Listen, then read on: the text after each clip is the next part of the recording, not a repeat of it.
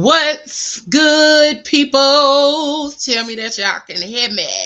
Holla if you hear me. If you hear me, holla at me.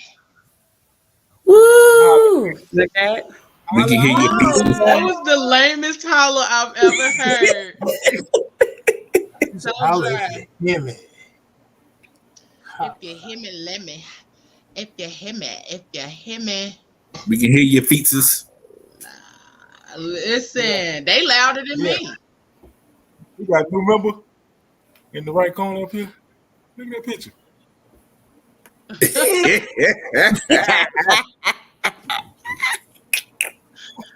Listen. Listen. Maybe. We don't know. We don't know her. Listen, that's First Lady. Oh. Why me and Mouth 20? What up, though? You see what we doing over here? Mabel. Got twinning on. Let's go. We here. because they both got on Saying hoodies. great mind think alike. Yeah, baby. It's hot as hell. Oh. We gotta be wearing some hoodies. Listen. Don't start. Don't start, sir. This is a serious episode. This is a serious episode. Don't stop. Oh man, it's hot as hell. Listen. I got my Wonder Twin back. I was activated. Oh now you activated? You see? Listen. You ready? Yeah, he ready. You ready now, Pablo? Because your Wonder Twin is back. Pablo's about to say something about you matching your background. That's all I'm saying. Okay. I can match my background. He was quiet for a couple of weeks. Don't worry, I'll put him back in the corner.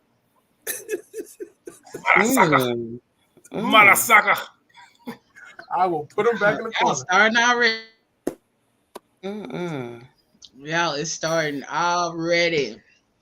Well, listen.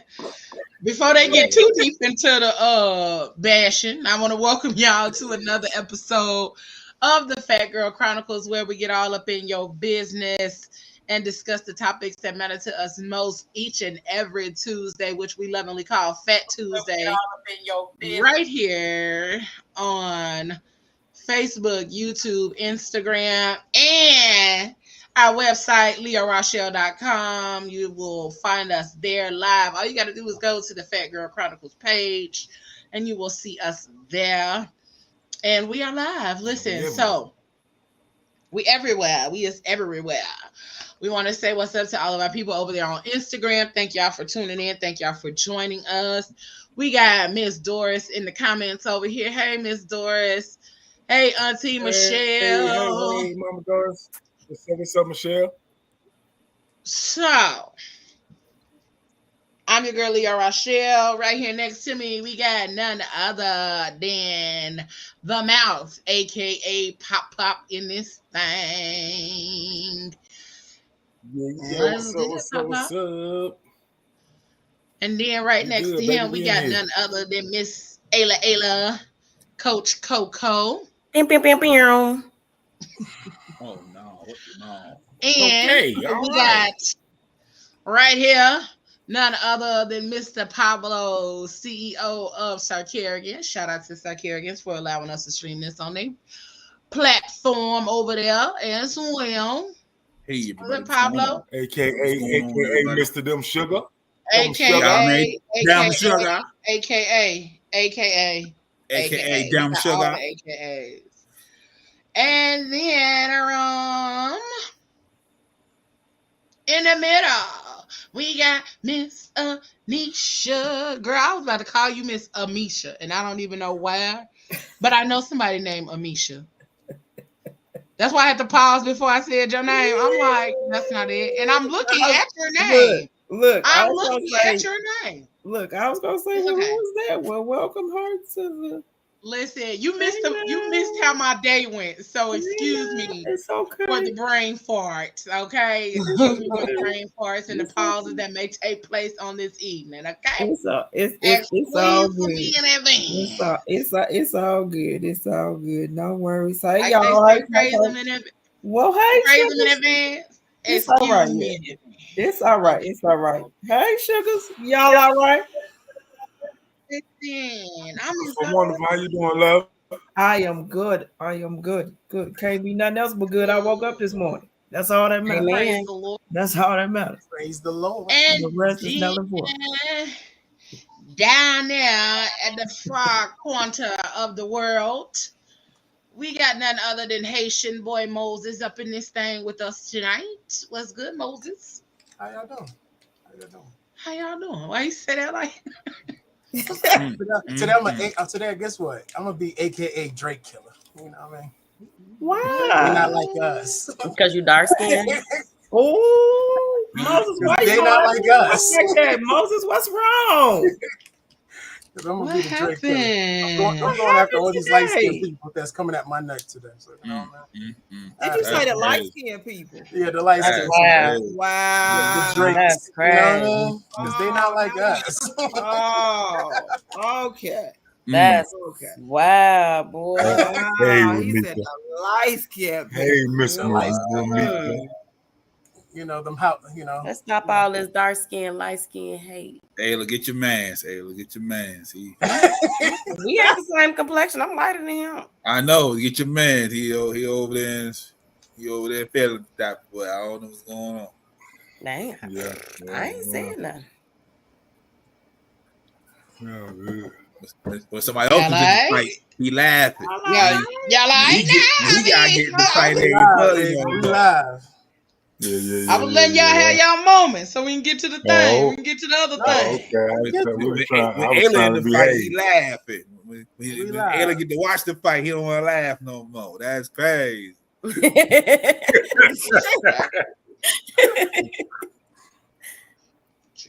making sure y'all was good. Okay. I mean, because you got a little thirsty. Gotta turn that light on. Listen, I just making sure. So we gonna go ahead and get into this thing. Y'all know how we do. It is the month of May, and it is Mental Health Awareness Month. It is Mental Health Awareness Month, okay? And our topic for this month is grief. We talking grief all month long, and I know that might be a lot for some of y'all, but the way we talking about grief, we are unveiling grief and shedding light on its links to mental well-being. Because a lot of us don't understand grief. We don't know what it looks like. We don't know what it feels like. Some of us don't even know what we're dealing with is actually grief. We're not sad. We're not tired. We're not depressed. We're grieving. And a lot of us have yet to be able to tap into that and fully understand what that is. And the reason being is because a lot of us, what is you humming? I was giving you like a little background music, like I was about to say, no, give it background. for the grief, you know. I'm like, is you okay? Background music.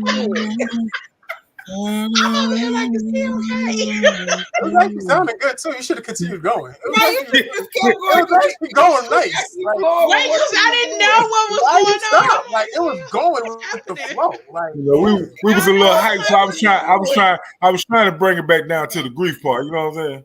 Yeah, I'm just with you. keep it going. I'm with you. I didn't listen. My brain was like, right, it just threw her off. Like, wait. He was like, I know I'm hearing something. Listen, and I also thought she was trying to figure out what I was saying because she about to do like this, twin.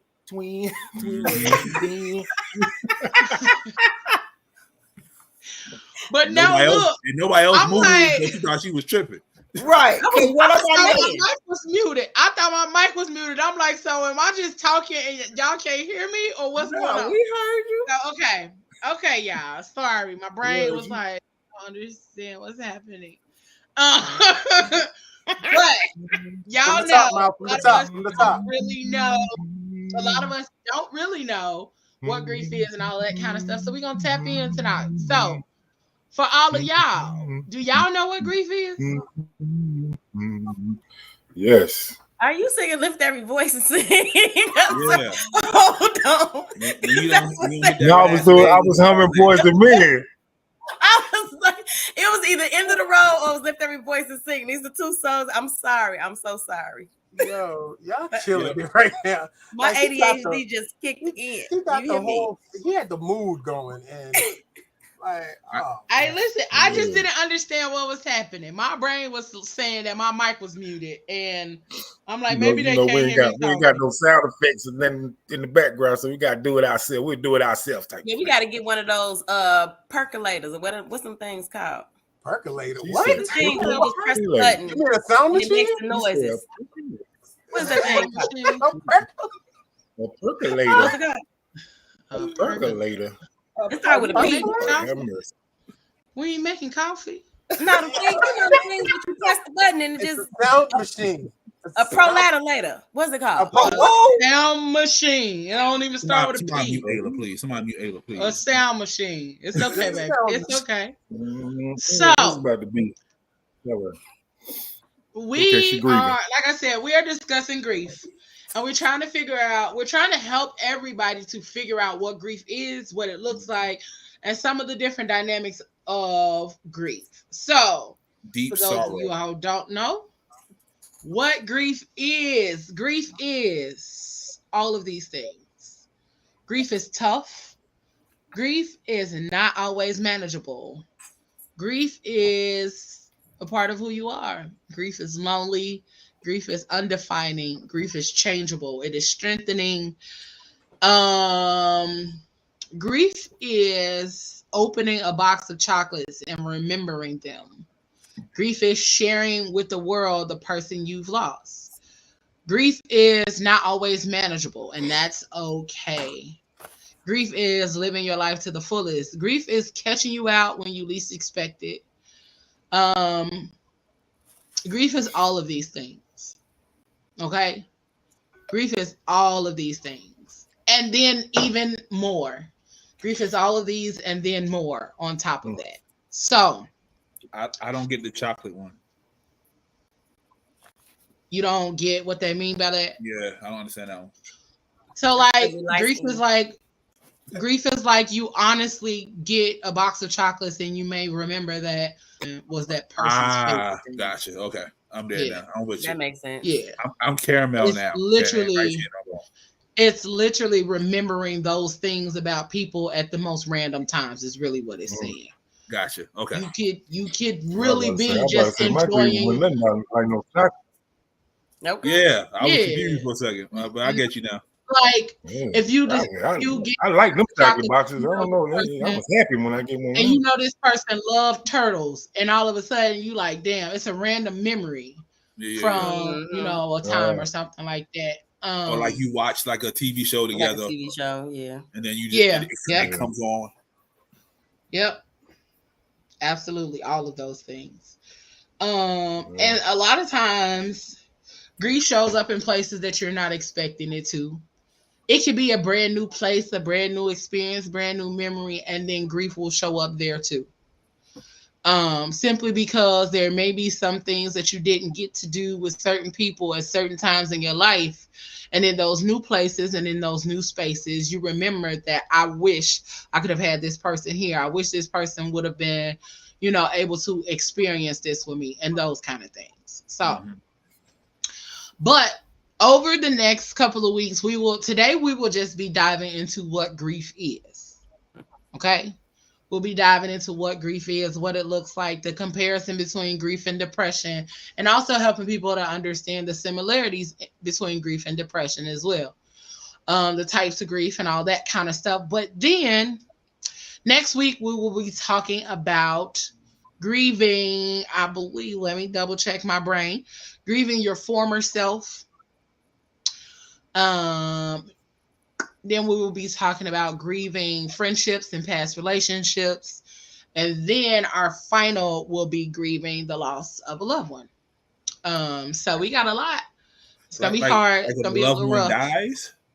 Yes. Yes. Okay. All right. Because you talking about them leaving, bro. I'm not okay. But there's also ways that we talk about that as far as we'll talk about that when we talk about grieving friendships and relationships and things like that. Gotcha. So we got a lot to tackle, a lot to talk about, but fear not, we're not going to get too deep. We're going to still try to keep it light, but talk about this because it is an important topic that a lot of us don't recognize. And sometimes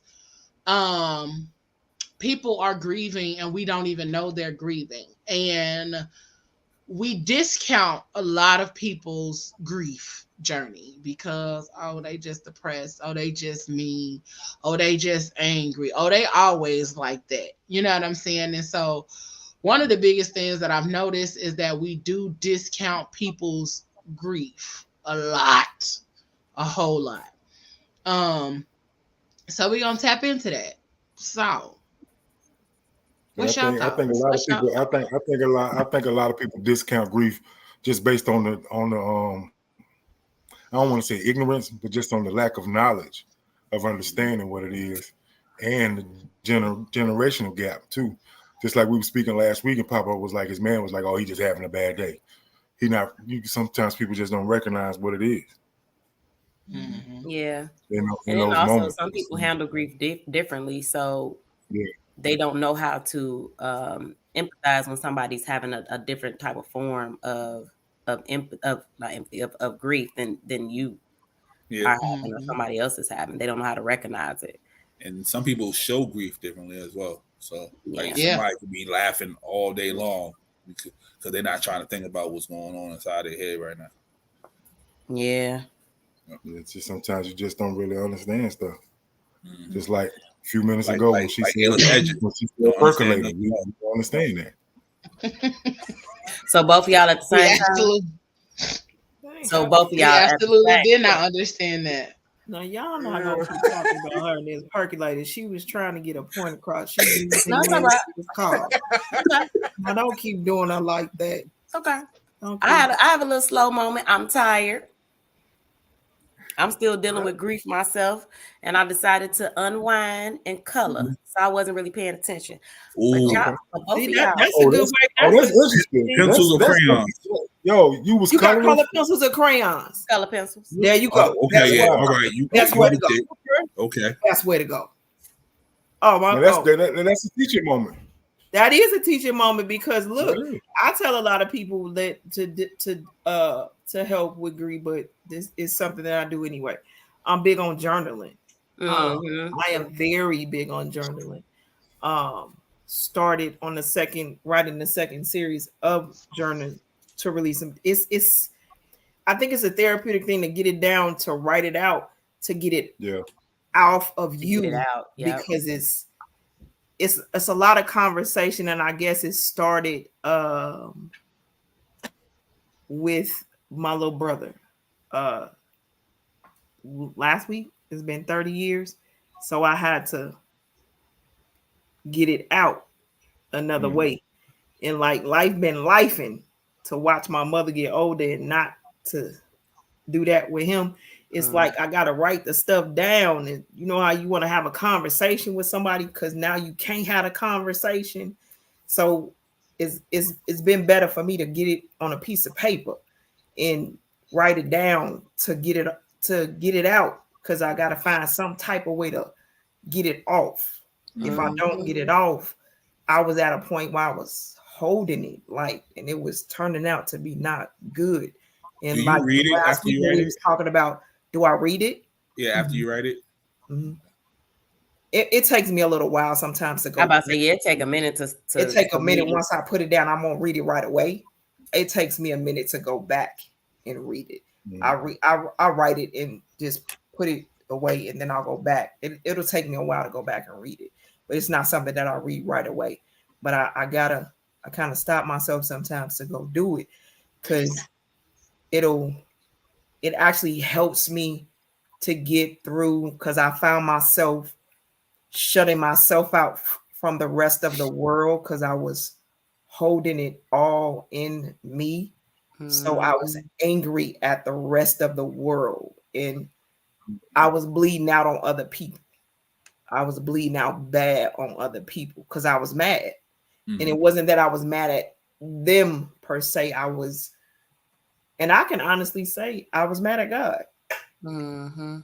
I was mad at God. I was mad at God, and I had to find a way to get out. Yeah. But listening to what you're saying, I'm sitting here thinking like a lot of people, and I guess in my age range now, because a lot of people are dealing with their parents now, Yeah. But that may be a good form of therapy, especially dealing with dementia and things of that nature, because you can't have that conversation with your parent because they're going through these phases and you don't understand these phases, and being able to jot them down and kind of remembering these things, that might be a good form of handling grief in that moment, because you're grieving, you're grieving while they're still living, because you're not understanding the process of the dementia or what they're going through. And That's dope. because we think that our Only parents, thing, unless it's people like me, like Go ahead. if I write something down and I come back to it, I probably ain't gonna understand it because my handwriting horrible and I can't spell. Yeah. Now, Mal, stop.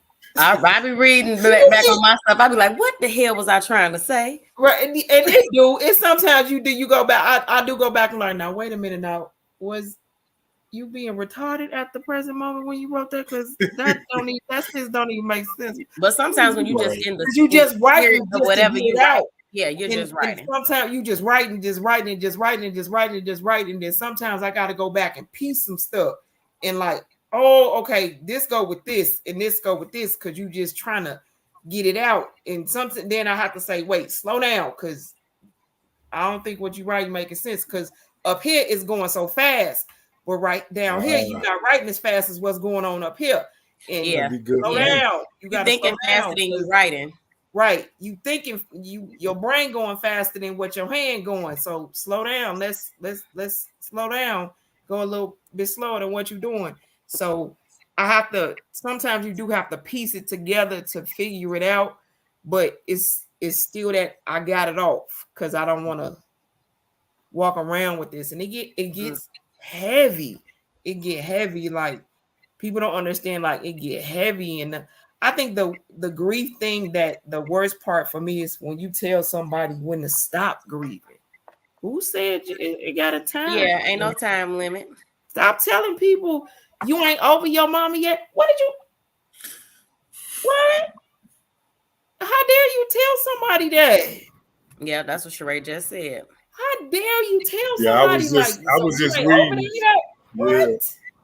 I was just reading that comment from Doris, and I hate to admit it, I was that person until I went through it. You know, I used to be on Facebook and somebody be like, happy heavenly birthday to my mother, 10 years, blah, blah, blah. I'd be like, damn, she been gone 10 years. What the hell? Like, and then when it happened to me, I fucking understand it now. You know what I'm saying? So I hate to admit it, I was that person. Like, why the fuck you still grieving? Like, God damn. A lot of people are that way, though. Because they haven't experienced it, like you said. Yeah, and when you don't experience, you really don't know. And that's why I was saying, like, the ignorance of it or the not knowing, it can really show it. I really, once I went through it myself, I really felt ignorant for the way I thought in the past. Because here I was yesterday, my mother's birthday, and I was the same fucking way. I'm in the fucking house crying. Mom, well, happy birthday, Mom. We get it. I get it. I get it. Like I told y'all, it was 30 years for my little brother. 30 years. And I'm like, until you experience it, you really don't understand it. Mm-hmm. Yeah, and the thing is like I've experienced, I haven't had a lot of passings in my life, but some of the ones that really hit were ones that it's like the ones that are unexpected. Those are the ones, and you would think that those would be the ones that bother you the most because it's like it was unexpected. But in all honesty, like my grandma just passed a few months back, and my dad had been 3 years yesterday of him passing. And watching my grandmother go through that process, I was grieving her while she was still alive. Mm-hmm. And that was a different form of grief that I've never experienced before. And with my dad, it doesn't get better. It gets better, but it's not how I think people think it's going to be. Like it's not an out of sight, out of mind. After you've experienced years in love with somebody for so long, you can't tell me I done spent 30, 40 years with somebody pretty much my whole life. And then I have to be over it in 2 years. That doesn't work. There was a girl that I talked to, And she was saying that she didn't like when people put the happy heavenly birthday up, because you should be over it. You know what I'm saying? And I looked at her like, it's been this year, it'll be 9 years for my mom, and I'm not over it. I'm Yeah. not over it because that was my mama. My mama was the person that I church gossiped with. My mama was my everything, and like my mama was also the person that I bumped heads with the most because we were so much alike. But a lot of times people don't realize the moments that you think about, or the moments that come to mind that you think like, damn, I would have wanted to experience this with my mother. Or, you know what I'm saying? Like, I started writing a book some years ago, and I haven't finished writing the book because the character in the book was got engaged and was getting ready to get married, and I realized that I would never experience that. Oh, the character in the book, she's getting ready to get married, and she called her mom to tell her mom she was getting engaged, and I realized that'll never be something that I'll get to do. That'll never be something I get to experience. I'll never get to call my mom and tell her that I'm pregnant. I'll never, you know what I'm saying? Like all those kind of things. I'll never get to experience those things. And so I even posted like not even a couple weeks ago, like a week or so ago, that I was having a moment because it happened randomly at work. Yep. I was at work. You be minding your business. Minding your business. I was at work. I was at work and they had me in the baby room. I was in the baby room. I got to feed the little babies, and they some little chunky babies we got at work. So I'm in there like, oh my God, I'm happy at bliss. And then next thing I know, I was in there like getting ready to cry, and I'm like, what is happening? Mm-hmm. And then I realized that I will never be able to have those moments. I'll never be able to think about calling my mama and getting ready to drop these babies off to her.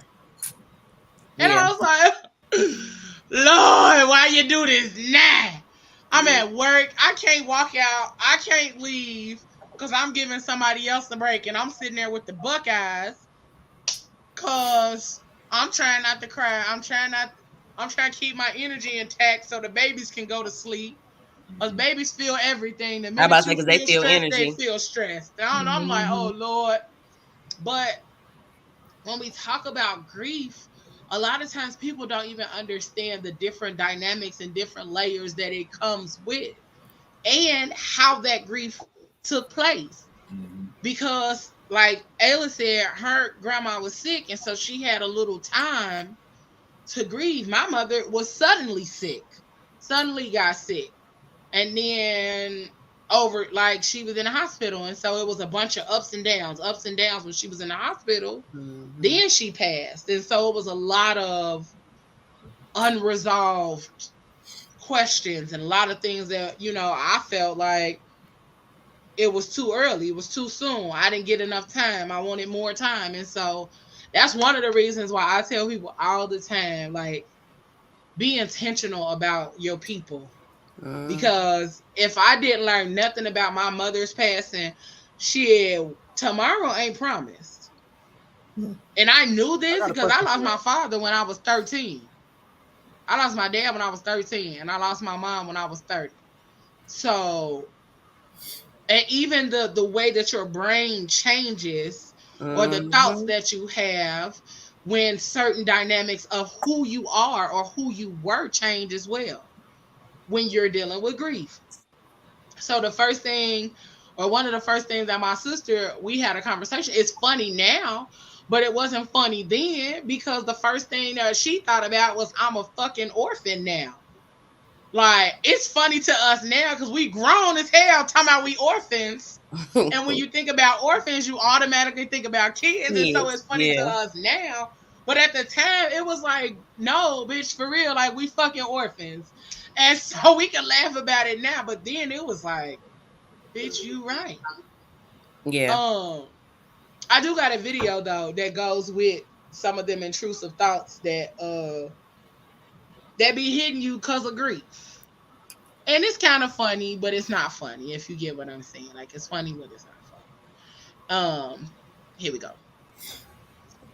Hey, remember that time your brother died? That is wild that he happened. Why he died like that? He wasn't even doing nothing. And he died? That is so crazy. Oh, don't go to sleep. I'll remind you in your dreams. Been about 18 months since your brother died, ain't it? Dang, time flies when your brother died. It's about to be 2 years. Remember your birthday coming up, and he can't wish it to you. Oh, my God. Wait. You used to be in elevators with your brother, but then he died, so you can't ride one with him no more. I used to be going from floor to floor to floor to floor. Yeah, let me get chicken minis and an orange juice. Your brother loved chicken minis. Remember y'all used to get on me, but I let you want a chicken mini, man, and then he died. One time your brother died. Remember that? Come on, 2 times. Well, he didn't die 2 times, but come on, don't give up. He'll be proud of you. You should send that video to your brother. He would like it. What? Oh, my bad. Dang, you can't send him that video. Why you can't send him that video? Because he died. He would have thought it was funny. You know, your brother taught you how to shave, remember? And you was a man. He was with the grain, take your time. But he can't teach you nothing else because he died. That is wow. What a good brother he had. Oh, my bad. It's okay, man. Finish up. That sounds and like. I think it's his voice that I wanted to chuckle a couple times, but it was also like, bruh, what? Like, bruh, what? It's a real thing. That's been my last year. Like, my cousin passed last year, and yeah, me and him. That's my movie buddy. We used to we was in the bathtub together. That's how cousins we was. Like, like that's real cousins. That's real, right? You know what I mean? Yeah. We started businesses at the same time. And he's like, "Yo, I'm doing this. I'm doing that." I'm like, "I'm over here doing this." He's like, "I'm proud of you." This, that, and the third. And then suddenly he was gone. And like I was sitting here one time, I listened to a Jay-Z song, and literally Jay-Z said, you don't hear the beeping of your phone no more from that person. I bust out crying just listening to that part, thinking about him. So yeah, I totally understand that video 110%. Like, and I love how he made it, like, because like you said, it is his voice. His voice makes it lighthearted. Because you almost be wanting to chuckle, but then you want to chuckle, but you like, damn, that's for real. It ain't funny. Like it ain't funny for real, but it is. And then especially since he publicly lost his brother, so it's not one of those things where it's like he's making fun of anybody particular. Like this, he actually is experiencing this, right? And he's trying to make light out of it, because I think sometimes we take stuff too. I ain't gonna say too seriously, but I've known people that at the point of, okay, this person passed away, now they so angry they just want to fight everybody. Everything is triggering. Everything is like whatever. It's just like it's like it's not like you're celebrating their life. You're just angry because they're not here. So everybody can get it. I wish a motherfucker would say something like that type of energy. And some people don't even realize that's like their grief. Yeah. Like some people he's a comedian. In the anger part. Right. So he's a comedian and a public figure. He does a lot of videos. So that's it. I guess that's his way of kind of getting it out of how he's been feeling. Yep. Absolutely. Which I think is a dope platform to be able to do that. Everybody don't have that platform to grieve or find that closure. Like Mama Doris said, sometimes people need closure when something extreme happens immediately. Yeah, that you're not expecting. Yeah.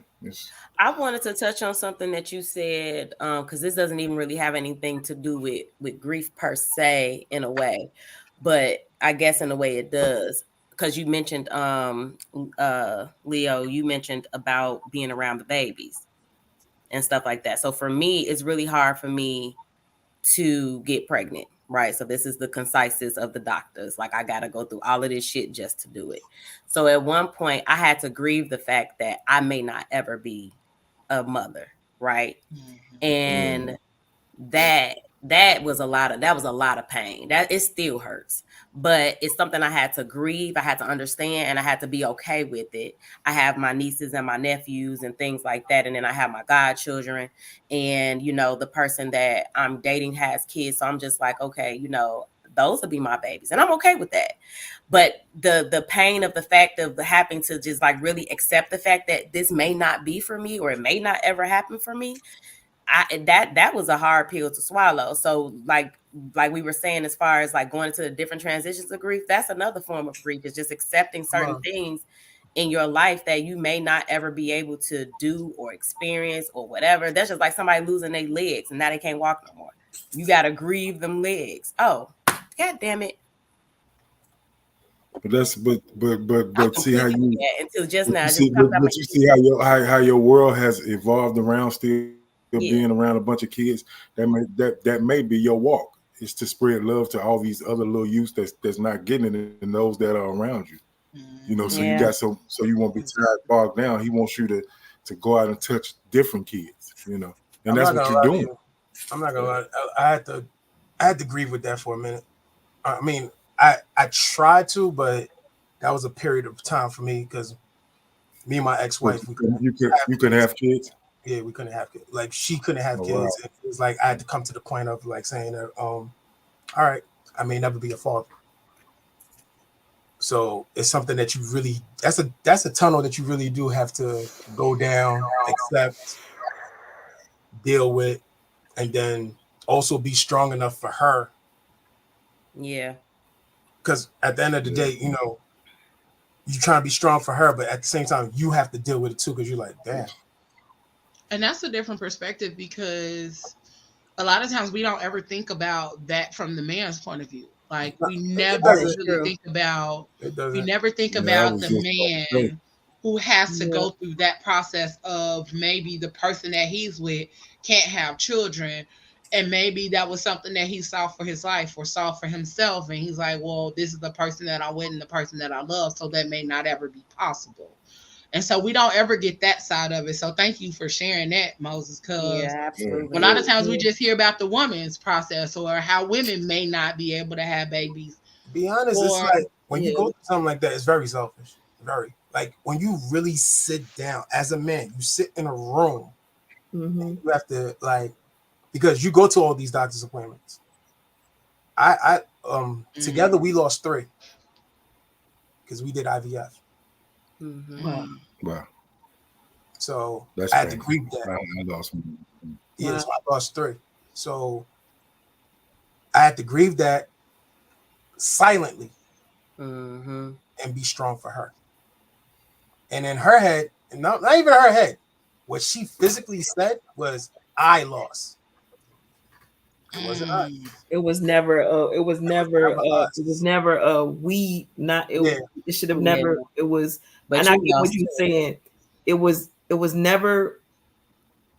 And here is where my heart goes out to you.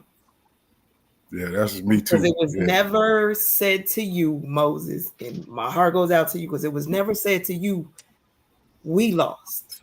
And in that, you also lost. Because sometimes as women, and I'm gonna take it for the team. It's a I. And we never take a minute to say we. And in that, it was never taken into consideration for her to come to say to you, how are you? Man, how are you? That was going to be my question, brother. I was going to ask you. Feeling? Yeah. Can I be real with you? How are you? And that's why I'm asking you, how are you? I'll be real with you. You are probably the 4th person that's ever asked me, how am I doing about that? How are you? Yeah, that's deep, with that, man. yeah. You taking on all that, but nobody ever said to you, nobody has ever asked, and I'm asking genuine. Because I was in that space. How are I lost the kid. How are you? Just maintaining. Right now I have to say, I am in a limbo. I'm happy and I'm sad. I have my moments. And for some odd reason, I hate Leo because for some odd reason, she just knows. She'll give me a call. She'll be like, "What you doing?" It's the discernment in some of us that we don't even have to talk to you, but you can feel the energy. Like, it's, yeah, it's she the just discernment. and the funny thing about it, we like know me and her, something, right? we could go days without talking. Yeah, that's fine. We You go can days go months without talking to me. We have gone days without talking, and then she'll hit you with the "What you doing?" Yeah, what you doing? You all right? I'll be like, "Where you came from?" Right. And then I throw the topic like I'm real good with the deflection. Nah, she real good with the Listen, she'll bring it right back. What you doing? King of deflection. What I tell you, I don't know what it is about the men in my life, but when I ask y'all, what you doing? Yeah. How you doing? Right. And they want to change the subject. And that I'm not gonna hold you. I think that's what breaks me a little bit because I don't like when I send the eyes or when I say, "Hey boo, just checking in on you." Mm-hmm. I think that's what breaks me a little bit because she don't have to do it. No, she does. Mm-hmm. And like that's why, like for real, I respect her to the illest. Like for real, like she doesn't have to do it. And the simple fact that she comes out of nowhere, I think that's what made me and my mother got closer too, because she was the one that was like, "Yo." For the first time ever, my mother called me. She was like, "You okay?" I was like, "Yeah, mom, cool." She was like, "No, are you okay?" Mm-mm. Like she was like, to be honest, she was like the second person that did that for me. Like she needed to. She needed to check on. She needed to check on her child because her child had lost his child, and it's different. That hit different. And I can tell you because I watched my parents. At 18, my brother was borrowed 20 days before his 18th birthday. I watched my parents. That hits. It's a different hit. It's a different hit. It hits different. It's something that you just don't. Matter of fact, I don't think I wish that on anybody. And I've watched I've watched just recently. My best friend, my nephew, went to Tokyo for his birthday. And y'all, he didn't come home. Whoa, dang. He didn't come home. He turned 33 over there, and they had to fly him back home in a box. It hits different. It does hit different. Definitely different. It hits different. It hit different. It is different. That's different. And Moses, I never knew. I never knew that about you. I never knew that. So thank you for sharing that and being in that vulnerable space and being open enough to share that, but also shedding light on how a lot of times when those kind of situations take place that we discount the man's feelings. And not just the person that you're with. A lot of times it's society discounts your feelings and your thoughts and how you go through that place or how you go through that space of grieving, but also not grieving out loud. Like you weren't given the space to grieve out loud. You weren't given the space to be present for yourself in that moment. Because a lot of times when we grieve, we don't even recognize that we have to still be present for ourselves in order for us to be who we're supposed to be in those moments. Because a lot of times it's like, damn, I don't even know what to do, how to do it, when to do it. And so we be blank a lot of times until we realize, like, no, you still got to get up. Yep. You still got to go to work. You still got to do all the things while being in the midst of grief. And so I definitely want to say thank you for sharing that. Absolutely. Secondly, you always know at any given time when you down, when you feeling something, even if I do randomly just send you a, what you doing? You know, that it's because I swear to you, if I love you, then I'm gonna always know when it's something not right. I'm gonna always know. Like, I don't know exactly what it is, but I know it's something. And the sooner y'all learn that, the easier for everybody. No, she definitely hit me with a "you good?" I'm like, girl, no. I do got a question for y'all though, and this is something that I had to try to unpack in therapy. Mm-hmm. So, who better to ask than you guys? How do you grieve Leave right somebody? there, Leo. Sorry. How do you? It's all right. How do you grieve somebody that you just hate? Oh, That's something that you have to work on from within. You yep. know, and How? it's hard. You know, it depends on what your beliefs is, what you believe in, what's your I believe. beliefs. I mean, the beliefs is. I believe there's a God. I believe there's a But, higher power, but the hate is real. yeah, but to release yourself, you have to forgive that person Mm-hmm. because that's gonna weigh down. That's just weighing down on you. That's That's a gonna weigh lot. down on you and weigh down on you. And That's a lot. it That's a may lot. weigh. That's a But let me lot. tell you, I'm And gonna tell it'll you, I'm gonna tell you manifest what in to, other I'm gonna tell you ways. what to do. And my Yep. grandmother told me, a lady told her to do this. Say, I forgive this person, but you say it every day. And like my grandmama said, shit, I ain't gonna mean that shit. But the more you say it, the more you say it, the more you'll start believing, and the more it'll start releasing from you. Yeah, you got it. You got to let that go because that shit is gonna be heavy on you. And I want to tell you, I don't know, but me being on this show for so long, this show is like therapy. You're gonna get a lot of therapy on this show. You're gonna get a lot of.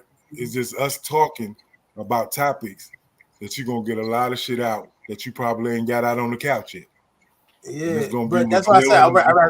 I'd rather just throw it out there because I couldn't unpack this too well in my therapy session, and I'm gonna put You it out learn a there. lot about yourself just by I have a listening. whole lot of hate. I don't like. I hate my sperm donor, and it's kind of weird because the man passed away. We only had 3 conversations throughout my whole entire life. He called me for my 16th, my 18th, and 2 weeks before my wedding. He passed away, You mentioned that last and I think I got pissed off because I felt some type of way. Mm-hmm. I remember you saying that last week. Yeah, I would definitely say, give yourself some grace. definitely. Because it's not gonna go away. It's not gonna be one of those things where you're like, "Oh, I'm over it. I forgive them." It's not. Give yourself grace to know that you're gonna feel those feelings, and then you might feel those feelings for a while because it's still fresh. But also be kind and gentle to yourself because this was the person who helped to make you, but you also feel anger because they were never the person that you thought or expected them to be, or you felt like that they should have been. But also let go of the expectation. Once you let that go, and that takes time as well, but you have to let go of the expectation of who you expected them to be for you. Because sometimes it takes, like, you got to dig through the layers first. Like, there was an expectation, and the expectation was this person was your father, sperm donor, but you expected these things to take place from this person. They didn't. And so then you expected disappointment all the time. Like, you either expected not to hear from this person, the disappointment if you did, or all of these other things that may have come with that. But then on top of that, there's the anger. But then on top of that, there's the grief. Like, you have all of these layers that you got to work backwards. And so the biggest thing I would say is be kind to yourself, be gentle with yourself, Definitely. because it is definitely going to take some time. That's not something that you're going to be able to unpack overnight. That's not something that you're going to be able to be like, all right, I'm good, I'm cool. That shit's nothing. No, it's something. It's going to take a lot. It's going to take a lot of work. It's going to take a lot of work. And let me say this to you. Give, and I know this is going to be a hard pill to swallow about what I'm about to say. Give him some grace. For what? Because you don't, let me tell you why. You don't know, parenting don't come with a handbook. They don't. Yep. You don't know what his mindset was about being a parent or how the situation, how the parenting came about, or what he was told when it came to you. So give him some grace because you don't know. He may have felt that he was a disappointment to you, so he never showed up because he didn't know how to be a parent because he was never parented. Parented, yeah. So give him some grace as well because you don't and know. that's kind of that's You kind of what don't I wanted know. to say is that You don't know. You got to give him some grace too because you don't know because it does. I can't tell you that he was right because he may have not known how to be a father to you because he was never fathered. And if you don't know, you can't do. So allow yourself to go through each one of these stages. And when we say give yourself some grace, and that's why I said it's going to be a tough pill for you to swallow when I say this to you, give him some grace as well. Yep. Because you don't know. I mean, You don't know. And I want to say this to you, Moses. When you pray, thank your Father for teaching you how not to be. Exactly. For teaching you how to be the man that you became by showing you how not to be. That part. Thank him for that. That part. You know what I mean? Yep. Makes sense. Don't dwell on what he didn't do. Right. Dwell on what he did do. Right. Yeah. Because it He made you a better taught man. you. So when you become a father, how never to mistreat and how never to treat your children the way he treated you. How never to be absent. How never to be Let me tell you, absent. that was one of the things that happened to me. When my son, when I got my girl pregnant in college, I quit school and got a job because I didn't have the support. And I always said in my mind, I would never be a father like my father. I would always be there for my kids. Because I always believed once I had a child, my life wasn't my life anymore. My life was my child's life, and I had to make sure I was there for that human being I created. Absolutely. So even though me and my father are working on a better relationship, I thank him for giving me that feeling in me. You know what I'm saying? For not wanting to be a bad parent. You know what I'm saying? So thank him for the shit he did to make you be who you are. Yep. Absolutely. Because he's the here's the thing. The absent part in him created the greater part in you. Mm-hmm. That created the greater part in you. Yeah, man. And we're gonna talk about don't be mad. Don't be too. mad. Don't be mad about it. That created We're the gonna best talk part about of you. the feelings, Will, because that although you say hate, like Michelle said, that hate is the dominant feeling that it's showing, but the underlying feeling may be disappointment. There's a feelings wheel that I think I brought up last week, but the feelings wheel, it helps you to tap into exactly what it is you're feeling, because you might say hate, but that might not really be what it is. You may really just be fucking disappointed. You may really be angry. You know what I'm saying? So there are a lot of different ways to describe what it is that you really may be feeling, but hate is the way that you think that these feelings. That's what you're associating with. That's the way you associate those feelings with is hate. And you might not actually hate the man. You might really just be like, I'm really disappointed that you wasn't in my life. Yeah. And I'm not trying to tell you how to feel. I'm just saying, like, you know, it's a possibility. And the other factor is that might be a form of description. Right. Yeah. That's what it is. That the description is There's some things to look at. Yeah. And it may be that it may be that another form of grief, grief. and that you just, can I be honest? Your feelings hurt. That's what it is. He hurt your feelings. I mean, for the most part, I got that part. I do know. He hurt your feelings, and it's not. And the word the reason he has hurt your feelings like deep. No, because the reason I came to this conclusion is because I say this. Like you just said something about like he probably didn't know about how to be a parent. Mm-hmm. That's not true. Because I have conversations with my grandparents. I've had conversations with my siblings. Oh, so you have Bro, other you were siblings. just you were just an asshole.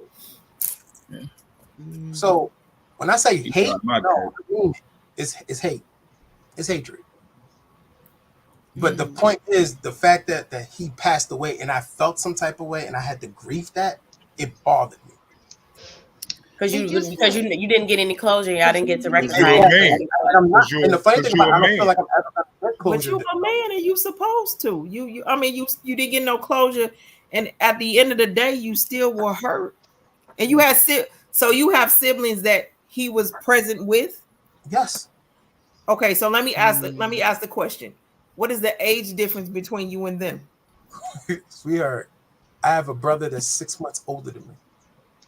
And I have a sister that's 2 years younger than me. Okay, so the brother older than you saw him.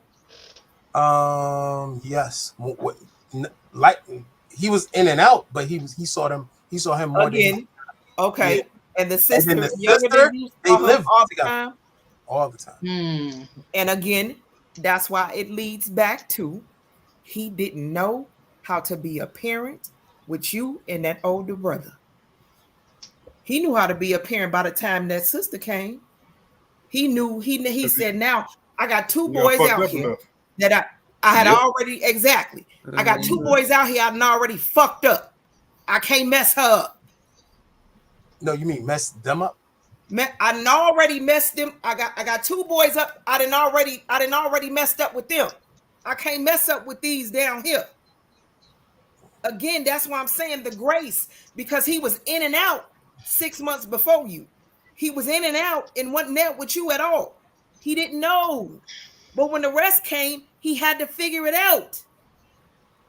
Because at this point, he like, I done already messed up some already Absolutely, now. Michelle.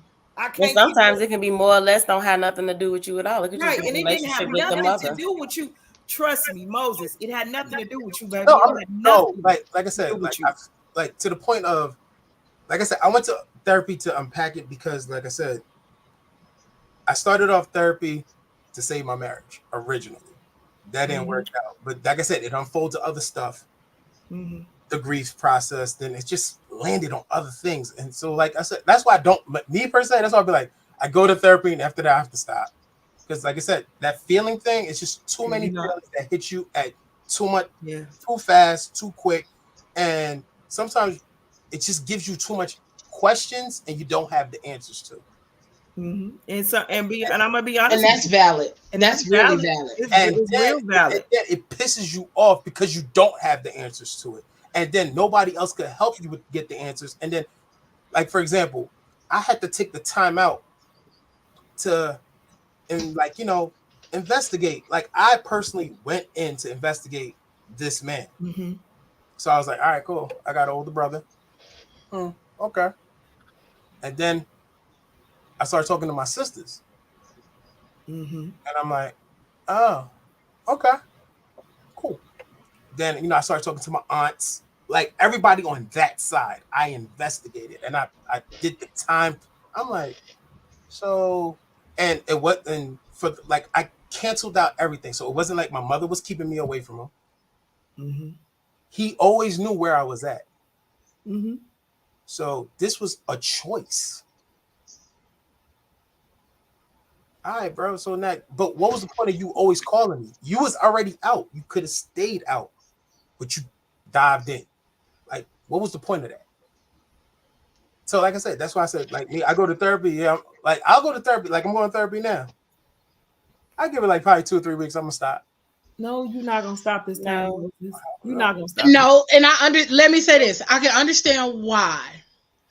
Because therapy makes you face some shit that you sometimes not ready to face. Yeah. And so then when you in the midst of it, he not saying he gonna quit therapy altogether, But he gonna have to take a break. He's gonna He gonna have to take a break because sometimes therapy will have you in your feelings. It will have you angry. It'll have you mad. It'll have you feeling shit. Like he said, it'll have you feeling shit that you're not prepared to feel at that moment in that time. You do have to take those moments to back away from it, to be like, hold on, I need a couple of weeks to process this, because if I come back next week, you're gonna keep wanting to talk about this, and I don't want to talk about this because my feelings I'm feeling all the feelings. And so he probably, he's saying. But one thing I also know is that he not gonna quit, but he gonna need that break. Gina said you have to recognize the source or reason for the hate. Also understand that he may not have been able to show up because he may not have had the proper example to follow. Then she also said, but please know that your feelings are valid and you have the right to feel this way, but take your time to navigate this space and do not rush the process. Absolutely. Yep. Great comment. And Michelle also, she said all said, the words right. Yep. and Michelle said, it can really be challenging to forgive or give someone grace who hurt you so deeply. Moses' feelings are valid and he has to work through that before forgiveness can happen. Absolutely, because a lot of times we be trying to tell people to forgive somebody for something. Like, we not kids no more. Back in the day, you could tell a kid, now say you sorry, and then sorry, and next thing you know, 10 minutes later, them kids over there in the corner playing. We not that no more. And some of the things that have hurt us deeply and hurt us in a different way because we are older. And so now we have to process things a little differently because a lot of us are fucking jaded. Like a month. So we gotta process those things. Some of the process that you go through now, it affects what you do now. Like, I had to just recently notice that my past is starting to catch up to me with the way it affects me now with current relationships and dealing with people. And like I said, I had to unpack the father thing because it started tapping on the window of the way I'm dealing with the person I'm talking to. Like if the person gets too close, you gotta find a way to just sabotage it. Sabotage it and break it off. Sabotage, Buki. So remember when we talked about last week when we said you bleeding out on other people. That's what that is. When you bleeding out on other people. I don't feel like bringing nobody else into my garbage. Right. Exactly. I get it. And that's part of the reason why there's so many failed relationships, because people are jumping into things and not clearing up the shit before. Yep. You haven't forgiven that person. You still hate that person for whatever reason whatever y'all went through, and that whatever that breakup or situation was. And now you're trying to start anew with somebody else. Yeah, because it feels good and it feels fresh and blah, blah, blah, blah, blah. But then over time, what's going to happen is all of that stuff that you were like bottled up and not really dealing with, now that shit coming out. I got another theory though. Huh? I said I got another theory though. Give it to me. Because sometimes the people that are placed in our lives are placed there to help us grow so that we aren't continuing down that same path. Like Moses just said, like he's recognizing that this is what's going on and he don't want to like bleed on nobody, but also that person may be there for that reason, not necessarily for you to bleed on them, but for you to face the shit that you need to go through or deal with, but also deal with it in the space of being in relation with someone. Because sometimes we are supposed to be in relation with people as we are healing. Not a single fucking soul I know on this earth has gone through healing by themselves in any shape, form, or fashion, whether you are in a relationship with somebody, whether you are dealing with it in regards to family, friends, or whoever or however. The fact that you are going through this space, it is forcing you and pushing you to be your greatest self, but it is also making you to understand how to grieve or how to process those things and feelings and emotions while being in relationship with somebody. Right. That's if you're doing it. Because you got the ones that don't. Yeah, so it could be either or both.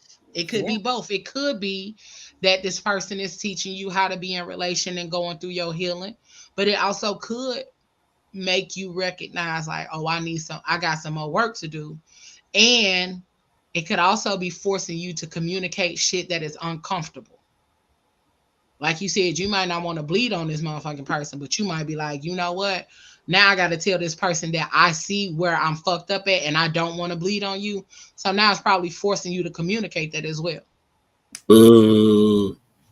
Yeah. So a lot of different ways. That's a lot of different ways. But it just comes from like if you're actively if you're actively paying attention to that part, because there's still that whole avoidance thing that becomes the whole situation of you recognizing, okay, I'm trying to heal and I'm trying to be better. I'm trying to let go of this stuff, but these people that I'm surrounded around, right, whether it's in a relationship or it's family or whatever, they're continuously holding me to a person that I once was and I'm no longer trying to be. Or they're continually keeping me trapped into this space and I'm trying to grow and I want them to grow with me, but they're not trying to. They won't let you percolate. They won't let you. You know what? You just gonna keep going back to that. I was just putting in the conversation. Keep bringing it back. That's podcasting 101 right there. I said they won't let you percolate. You just gonna keep going back to it. Great. Him and Pablo ain't said nothing yet. I was trying to Pablo was over there being real quiet. He ain't said a word. He wasn't saying nothing. Because Pablo is. I was just showing you how you can take a mistake and put it in the conversation. That's all. I appreciate that. I like the full Pablo is avoidant. That's why Pablo not saying nothing. What's that? Pablo is avoidant. You are avoidant. Definitely. Yeah, he don't. Yeah. So. Pablo does everything. He don't really want to talk about it. Hey, look, I've been looking at it the whole time over there sitting back. I was like, he ain't said a word. He got real quiet. Listen, I'm gonna tell you one thing. That I have noticed about Pablo. Right. Right. When it comes to conversations where it is necessary for feelings to be felt or anything personal to be discussed, Pablo be like, interesting. La, la, la, la, la. Yeah, right. La la la la. But nah, absolutely, Moses. Be humming and singing shit. Never like. Hey, let me say this. I got a story. Brother Moses, over there like somebody auntie just over there like. Go ahead, Mal. No, sorry. Go ahead. I'm about to have an honest moment. Like before I left the show and Moses first came on, you were very quiet, kind of stand backish. But I appreciate you for being open, brother. I really do. Absolutely. And allowing these moments to happen. Because what I've learned is that sometimes you never know where those moments are going to come from. And I've learned by doing this show that, like I said, a lot of moments I have come from this show. Like I be sitting back listening and I'll be like, yo, shit, that's me. Yo, what the fuck? I'm fucked up. I told Leo many times, I'll be like, I'm fucked up, Leo. I'm out here in these streets fucked up. The one thing that I used to love is like after the show. So y'all know how after the show we sit back here and we talk sometimes, do our little debriefing after the show or whatever. And I remember one time,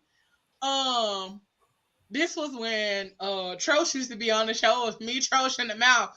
And Mouth, all three of us was sitting back here like, God damn, dog. And then Mouth was like, nigga, I'm fucked up. I done did some fucked up shit. And it was just like all the revelations was coming out, and he was just like, I did not know I was this fucked up. And then even on one of the shows, we was talking about relationships or something. We was talking about toxic. I think it was talking about toxicity. And Mouth was like, man. I think I'm toxic. He sure did. He sure did. He was like, I think I'm toxic. It was the revelation like, nah, bro, I think that's me. Yeah. And when it went off like it be so many aha moments, and the Mouth really just be like, nah, for real though. It really do. You really can see a lot of stuff. Like if you really pay attention and allow yourself like you are now to be vulnerable and open, you really can learn a lot about yourself and actually redirect yourself and learn, you know what I'm saying, and just do shit differently. Like, you know what I'm saying? Like, we man. appreciate you. That's growth right there. Sure. So that means that your therapy sessions are working, sir. They working. They working. They working. Working. We proud of you. I mean, because now would you have done it? Would you have done that? Like, I'm proud. We are proud of you. Proud of you. Where your tambourine at, Leo? Pull that tambourine out, girl. Hold on, I got the whistle. Oh, not the whistle.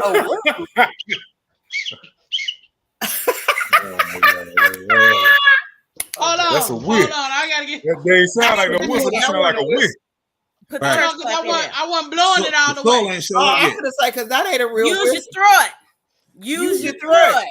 No. Blow that whistle. No, Diddy. Yeah, you blow it all the way like that. You ain't blow it right, girl. You gotta blow it. Put your mouth. That's what he said. No, Diddy. No, Diddy. But no, for real though. We appreciate that. No Diddy. Right, because that takes a hell of a man to sit here and share that out loud like that. Absolutely. It take a hell of a man to do that. And to be honest with you. And tell us the truth. And here's the thing, you asked us a question. Yeah. You asked us. Leo You asked us the question because you wanted to know. You genuinely want to know because there's something inside of you that wants to get rid of that. Mm-hmm. You don't want to keep walking around with that. You don't want to keep walking around with that. It's been an uphill battle. It's going to be. It's going to be an uphill battle. It's like, well, you know how you say life keeps on lifing, so it's like it's an uphill battle because, like I said, it's going to be an uphill battle. It's like different stages. Like that, I've been trying to deal with for a minute, and then now I have to deal with, like I said, my losses. Then now I'm dealing with a divorce. Then I'm dealing with meeting somebody new. Okay.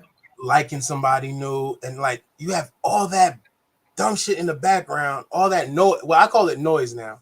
It's all that noise, and then you're meeting somebody new, and you know, you're like, wow, this is different. And you know, the like, man. So like the noise is overshadowing everything else.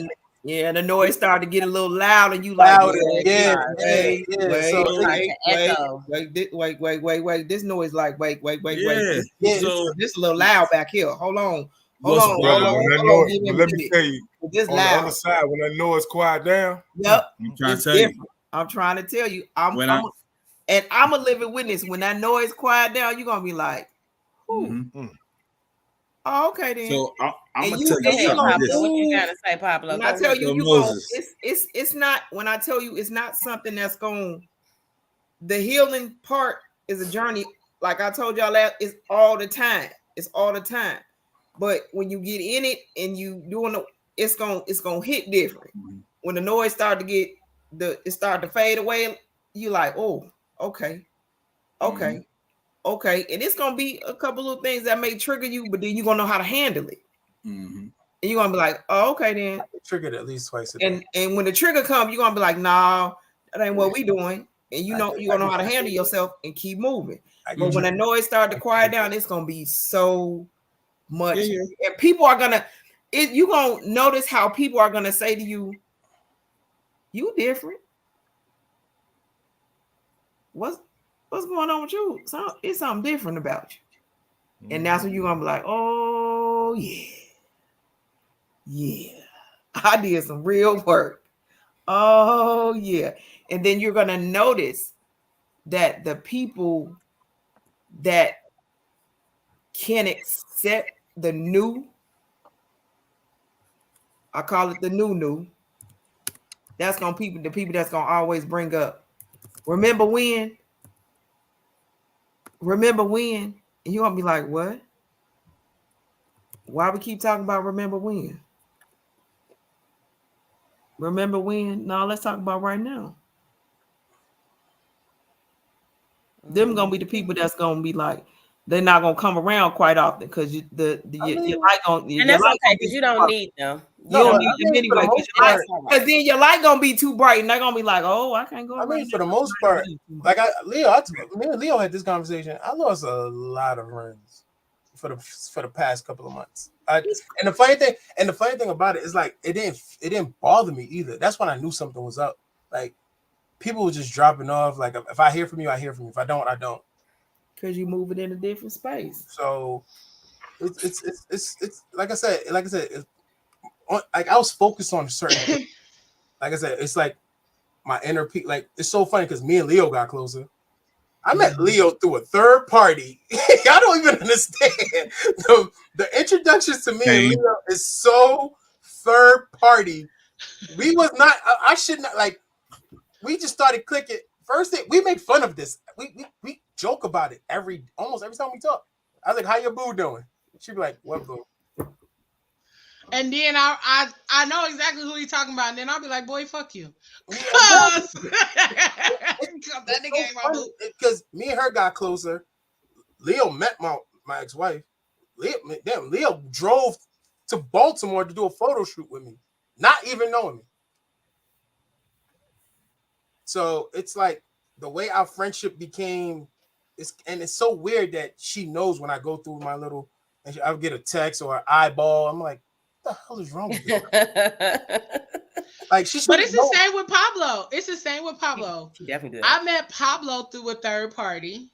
I met Pablo through Gary, from the C Plan Do show, and we did a show together, and then we ended up like talking about doing some podding together and doing stuff together, and then it turned into a whole thing. And the same thing with you. I met you through a third party, and yeah, and then I came to Baltimore, did the shoot, and the rest is history. But that's generally how I end up meeting people that I do some of my best work with. It's because I meet people through other people, and then they be like, "Oh, I really fuck with you." And the other thing is too, I think people don't really believe that I'm the type of person that I really am. Like I get that a lot of times. Like, oh, I didn't know you was like this for real. I don't fake this. Like this hard to fake. No, she her for real. It'd be exhausting. It's hard to fake, nigga. Okay, exhausted in a motherfucker. Like, how you got time to fake? Kidnapped in Baltimore. She almost got kidnapped in Baltimore and everything. I ain't know. In Jamaica, right? And Jamaica, yeah. Jamaica definitely. Jamaica, they was really coming after her. They was really Jamaica, definitely. Jamaica, they was really gonna take her. And I don't think we could have done anything. My man said, "Fluff it." I said, "Oh shit." Not so much Baltimore, but definitely motherfucking Jamaica. Yeah, Jamaica. It was like, "Yo, you're so fluffy." I was like, but yeah. All right, Pablo. Let me express my feelings. Come on, Pablo. Come on. Hi, my name's Pablo. 4 years ago. This is not a 12-step program. Hi, Pablo. 4 years ago. 4 years ago, my father passed away. You know, right. And I had the same feelings Moses had. Oh, like the exact same feelings. Wow. I didn't see my father a lot. You know, he was out in the world. You know, he grew up in the crack era, so the drugs took care of him. So when I saw him, it was like 2 seconds, and he going off on another mission. Me and him never got close. I have little memories of him when I was small, but that's just about it. My younger brothers have all the memories of him, so I understand exactly what you're talking about. My younger brother, my cousins have all the memories of him. Like I can sit down with my cousins; they can tell me a whole bunch of stories that they did with my dad. I have none of that. So when he passed, again, I thought wasn't gonna feel anything. Went to the funeral home. I saw my name because me and him had the same exact name. Saw my name on the wall. I was like, okay, a little weird, cool. Walk in there, same face. He's just older. You know what I'm saying? Emotions just started flooding. Didn't know where they came from. Didn't know what was going on in my life. Hugged my mama. Mom was like, "You okay?" I'm like, "Nah, I don't know what's wrong with me." The grief was coming, like, and it was because he was in a hospice before he passed. I got a month with him, and we literally sat down. We literally walked it through. Like, I felt this way. He felt that way. He felt I should have approached him. I felt he should have approached me. Yeah, we had that whole conversation. My youngest brother, who's not from my mom, from another woman, he flew in from upstate New York. He stayed with me, and he's like, "Y'all need to take care of each other." You know what I'm saying? Like, he was doing the whole father thing. He even knew. So I get it, Moses. I had the hate there, but after that time, and it's year 4 now, I'm still confused on some of the things that I feel about my father. You know, because I can still, like, my cousin still write, you know, happy birthday to him on Facebook and all that, this, that, and the third. I ain't gonna say it gets better. I will say that you will come to terms with it. The pain and the anger is going to change into something else. You just have to wait on it, because the time will change it. Like, I promise you, it's been days where me and my dad wouldn't put hands on each other, like hands on each other, just from word of mouth from other people, because we didn't talk to each other. So I totally get it. It will ease. That's the word I want to use. It's going to ease. It's not going to get better or worse. It'll just ease, and it's going to be your day-to-day life, and you're going to be fine. Pray to who you pray to. Just understand that apology that you will not get. You have to understand that's never coming.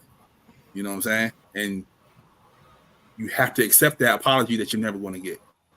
That's the one thing I learned in therapy. She said, accept the apology you will never get. That'd be hard too.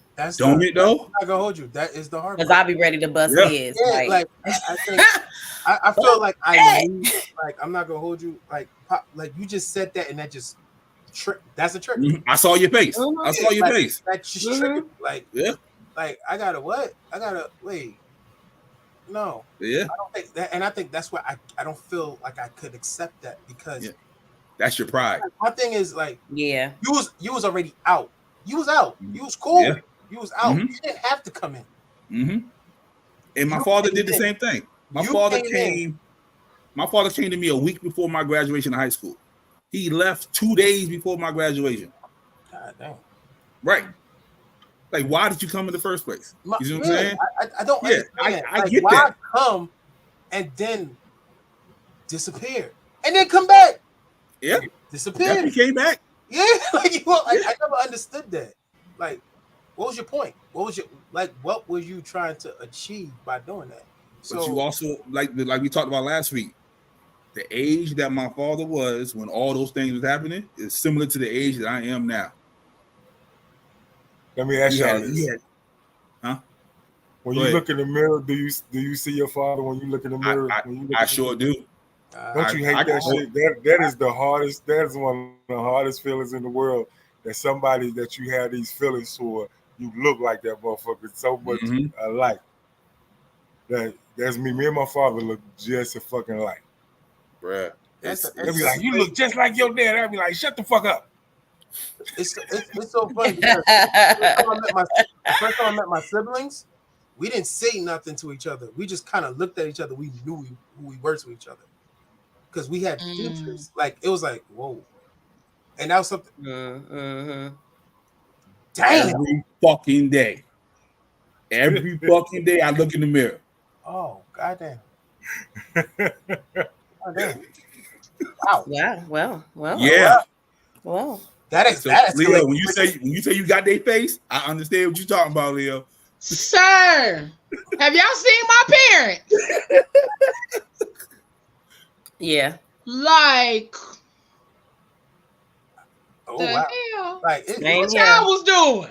Right. What y'all was doing? I'm a blend. Y'all was mixing that up real good. But I look more like my mom than I do. I got my dad's features, but I look more like my mom. But the simple fact that even though with that, like when I met my siblings, it was like, oh, I knew who they were without even talking to them. Yep.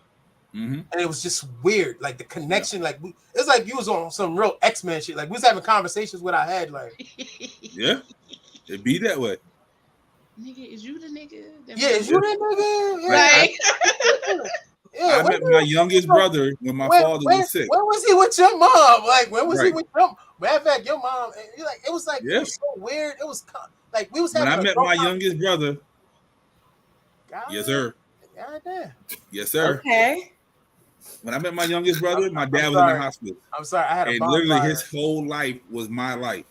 Like he's a creator. He paints. He does things with his hands. Like all that. His entire life was identical, and he's an Aquarius like me. Like, bruh, I can't call it. Wow. So my father's picture, I had a bonfire and I burnt it. So yeah, that was the day I was feeling kind of. And my middle name is his first name. God damn. Yep. Leo, why your face like that? Yeah. Because I wasn't expecting that. I'm like, wait, what?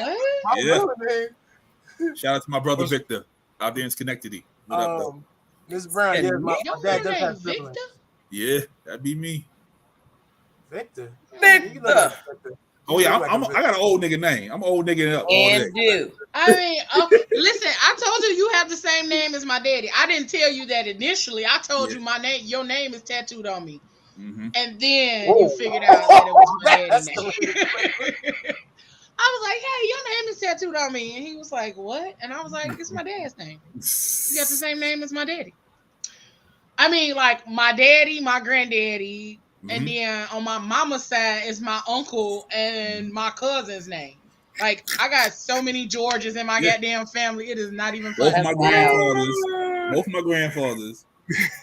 My dad, I think my stepfather, my step grandfather was named George too. Like George just stayed there. So my mom said it could never be another George ever again. So yeah, y'all gotta let literally that go. Right here. Was it just me or did everybody hear Leo turn into a little girl? Yeah, my she did. Daddy and my granddaddy.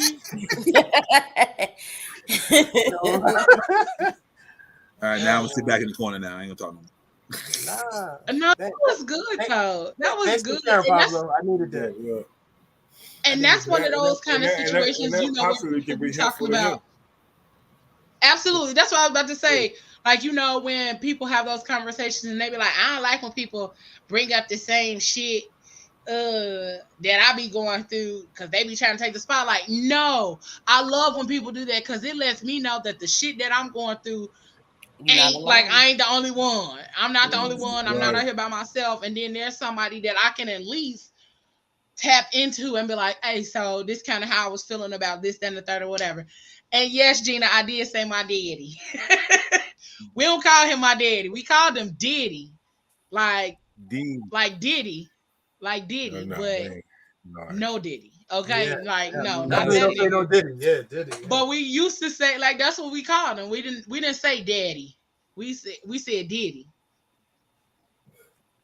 Diddy. But definitely thanks, Pablo. But I'm not gonna hold you. Like I said, there's moments.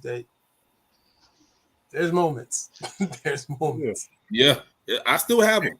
There's moments. I still have them. Like then I get upset because I do things that the people who supposedly cared about them don't do. So I'll be at the gravesite. You know what I'm saying? Like I recognize his birthday. You know, and me and him never had that relationship. You see what I'm saying? I'm not there yet. I'm not there. You'll get there. I'm not there. I don't think I ever want to get there. I'm not gonna lie to you. Indeed, and I was just about to say, even if you don't, right, that's okay too. As long as you get in a better place. As long as you exactly. Right. And that's what I mean by getting there. Not necessarily to the point where you're going to the graveyard and everything else, but to the point where you can see certain things when it comes to him, and you don't turn up your nose, you don't get upset, Right. you don't feel triggered. You'll Right, get it don't trigger you. It doesn't trigger you anymore. It's gonna take a while, but my face, boy. My brother used to bring him up. I'd be like, yeah, what? Like, what are we talking about? I went to a family reunion on that side. Yeah. I swear to you, my attitude was on like a million. Like I was like this. Everybody that walked up and was like, "Oh, you," they was like, "Oh, you Justin's son." I was like, "What?" Mm-hmm. No, my name is Steve. They were like, Nah, you Justin. Call me that man's son one more time. Like you got one more time. Yeah. Call me that man's son. Yeah. When I go on that side, all I hear is the stories. I keep hearing the stories. Yeah. Like, yo, your dad's this, your dad's dope. I was like, I don't remember none of that. Yeah, I remember I didn't have that experience. One of my cousins I wasn't there. Like, because I was about to say, nah, he a bit. Man, I was about to go in. Like I was, and I had some liquor in me too. I was like, but they have a different experience than you. Right, that's what I was gonna say. They got a totally different experience, and it'll be where you get to the point, and you will be able to be around them, and you'll just be able to just respond to it as to, yeah, y'all had that experience, I didn't, or you'll be able to sit and listen, but it won't trigger you to be upset, like angry, where you just gonna like. I'm about to knock all of this shit over. Until somebody kept on coming to me and like, oh, you what you would call it, son? Like, I was cool. You didn't have to, like, it just kept on happening. It seems like they just knew that I was gonna get pissed off, so they kept on doing it. So like everybody was talking about you put yourself in that space. Yeah, you put yourself in that space because that's his side of the family.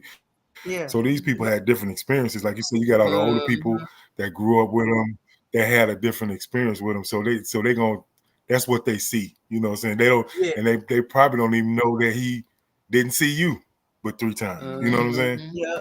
Yeah. But like because he could have had a whole different conversation with them about you. So when they said to you, "Oh, you're such and such son," it wasn't that they were doing it purposely. Yeah, for them, that's just how they correlate you to them.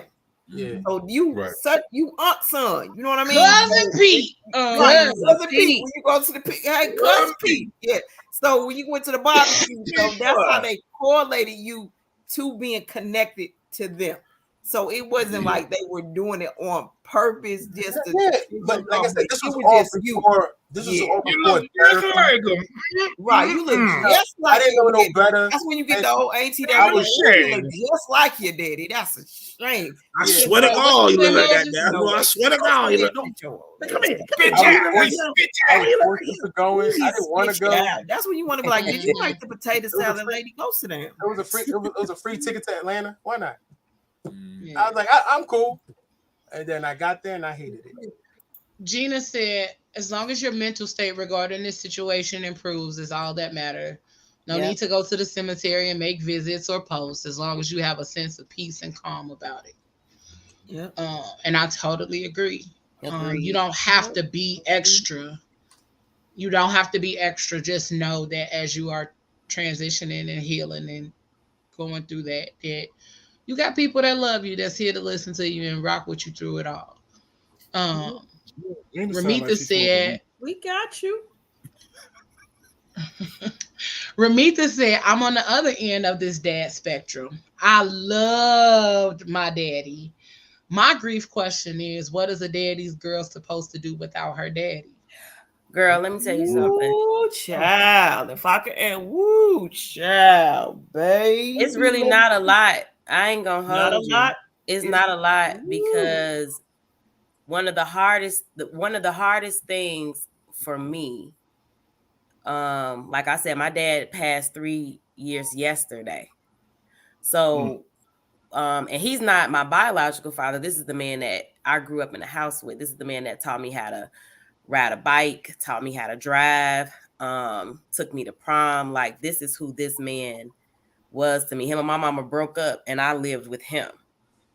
So, said this is my dad. Now, I have a relationship with my father. I love my father. Like, I love my biological dad. That's my baby. Like, I talk shit about him all day, but this is the man that raised me in a household. And I have nothing. I took clothes and stuff from the house, and I still have those clothes. And every now and again, I smell them and I go through a frenzy because I miss him that much. It's not something that you're going to be able to be like, I can't tell you I don't think anybody can really tell you how to deal with that. because it's just on your time and how you go about dealing with it. For me, one of my favorite, fondest memories of us growing up is he would pick me up from school. We would go to the track. Or even in the summertime, he would take me to diners. That's how I first learned how to use utensils or like cut my food. That's how I first learned about how much I love coffee. And a few other things that I would do to symbolize our relationship and the things that I know that we did. And that helped me. And in that time, I would like talk to him. Even when I went to the cemetery yesterday, I talked to him. I didn't really have a lot to say, but I just sat there and I talked for a minute. I smell him randomly at times. He comes in my dreams and says things to me, and I wake. He literally just did it like a week ago, and I woke up in the middle of my dreams, like I literally yelled at the top of my lungs, like, "What the fuck is going on?" And I know he's probably like, "You need to calm down," but it was just one of those things where I hadn't seen him in a while, and just to see him and see his presence in that moment was a lot for me. I don't think it's ever going to be a space where you're going to be like, you're not going to miss him. It's never going to be a space where you're not going to, like, your heart is not going to burn or hurt. It's never going to be a day where you're going to miss him every day. It's not, this is the person that like this is your first love, basically. You're going to miss him every day, but you just got to find things to bring the memory in a better space where it's making you feel like that his presence is near and around, as opposed to you being sad and upset that he's gone. Because I know my dad and I know how he is, and he'll be like, we not doing all of that. You still got stuff to do. You still got some things that God has for you to do. I don't need you to be sitting around here doing this. That's how my father was. Yeah. That daddy's girl thing, and I can tell you to my heart, and my mother will tell you, and she tells everybody, I love my mother. Don't get it wrong. I go hard for my mother, but I am a daddy's baby girl, and I am now 9 years in, and to be, because I am the oldest, and when it happened, I pretty much, between me and my grandmother, I had to, for me to be the person to sit at the table, to make arrangements for that, was the hardest part of my life. And that, when I've learned to live with it. And I'm not going to tell you that it's an easy thing, but I've just learned to accept it, and I live with it day by day. And there's certain days that I freaking flip out because there's certain days where I want to call because I got questions. Like, hey, Dad, I got a question. Hey, Dad, I got a question. Hey, Dad, I got a question about this. It was, my dad had to have every day. My dad, when they used to print the newspaper, my dad had to have a USA Today. He read that newspaper every single day. Every single day. And the thing with he and I is that I took him to the grocery store. That was our thing. Grocery store, do all his errands. That was our time together. And y'all remember when Brock's Candy was at the grocery store? You got to be old to remember that. The Brock's Candy. My God. I used to steal some every time I wanted stuff. Yes. And I kept saying, listen, the little cherry gum balls. Those are my favorite thing to steal. How many pieces of that candy you gonna get, Dad? How many pieces you gonna? Don't worry about it. We just gonna get this candy and keep going. So to be, it's the hard. It's a hard pill to swallow. But like you said, you have to find things that remind you of that. And I am a Sanford and Son lover because of my father. Yep. I have seen every episode of Sanford and Son and will sit and watch it and laugh over and over again. I used to think that my dad was red. And love was Grady on there. I love it. Love it. Hey, And we'll look, watch I was just looking at it, over. sir. I got like a 24/7 channel on my TV. I'm I can trying look to at tell you. Sanford and Son whenever I want We'll to. sit and watch it. We'll sit and watch it like I ain't never watched Gina, bro, you insane. Never watched. Never watched. Gina is That a and a full-time good thief. time. Yep. And That and good it's times just with Mark. when you a All daddy's day. girl, it's different. And I tell everybody Yeah. because that was the first man I fell in love with. Yep. The first man. And to this day, I am a beard lover because my dad had a beard. And for 4 years of my life, it was just me and my parents. Before my little brother came, it was just me and my parents. So wherever my dad went, that's where I went. My dad got me dressed. My dad combed my hair, did all of that. And to be that one that had to stand in front of these people to say, this is what you got to do. This is what you got to put on. This is what you got to do. And the day they told me I had to leave that man in that cemetery, I said, well, I don't know what y'all. No, I don't be able to do this part right here. Y'all gonna have to figure something out. Because I don't know what to do. Jumping over on the thing when they That's the whole thing. They had to come stand around me like, no, because you and my mom finally just said, you got to come up out of here. I said, I don't know. Now, mind you, my parents, this is something that I loved about my parents. My parents got divorced when I was 10 years old. But you would never know because my daddy never told nobody. Because my daddy said that my mama was still his wife. You would never know. You would never know. I said, well, what the? I knew, but both sides of the family never knew that my parents were divorced. Never knew.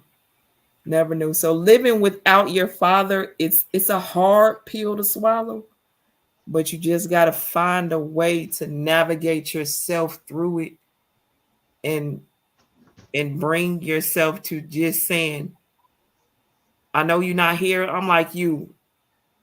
I have those conversations and I talk out loud. I'll just talk out loud. Like, I know you hear me talking because I don't got no other way to talk to you. But hey, I got a couple questions. In some type of way, magically, within the next few days, I get some answers. But it's a hard pill, and we just learn to accept. We learn to live with it. It's not really where we have to accept it, but we learn to live with it. It's a part of our life now, and it's our new norm. It's our new norm.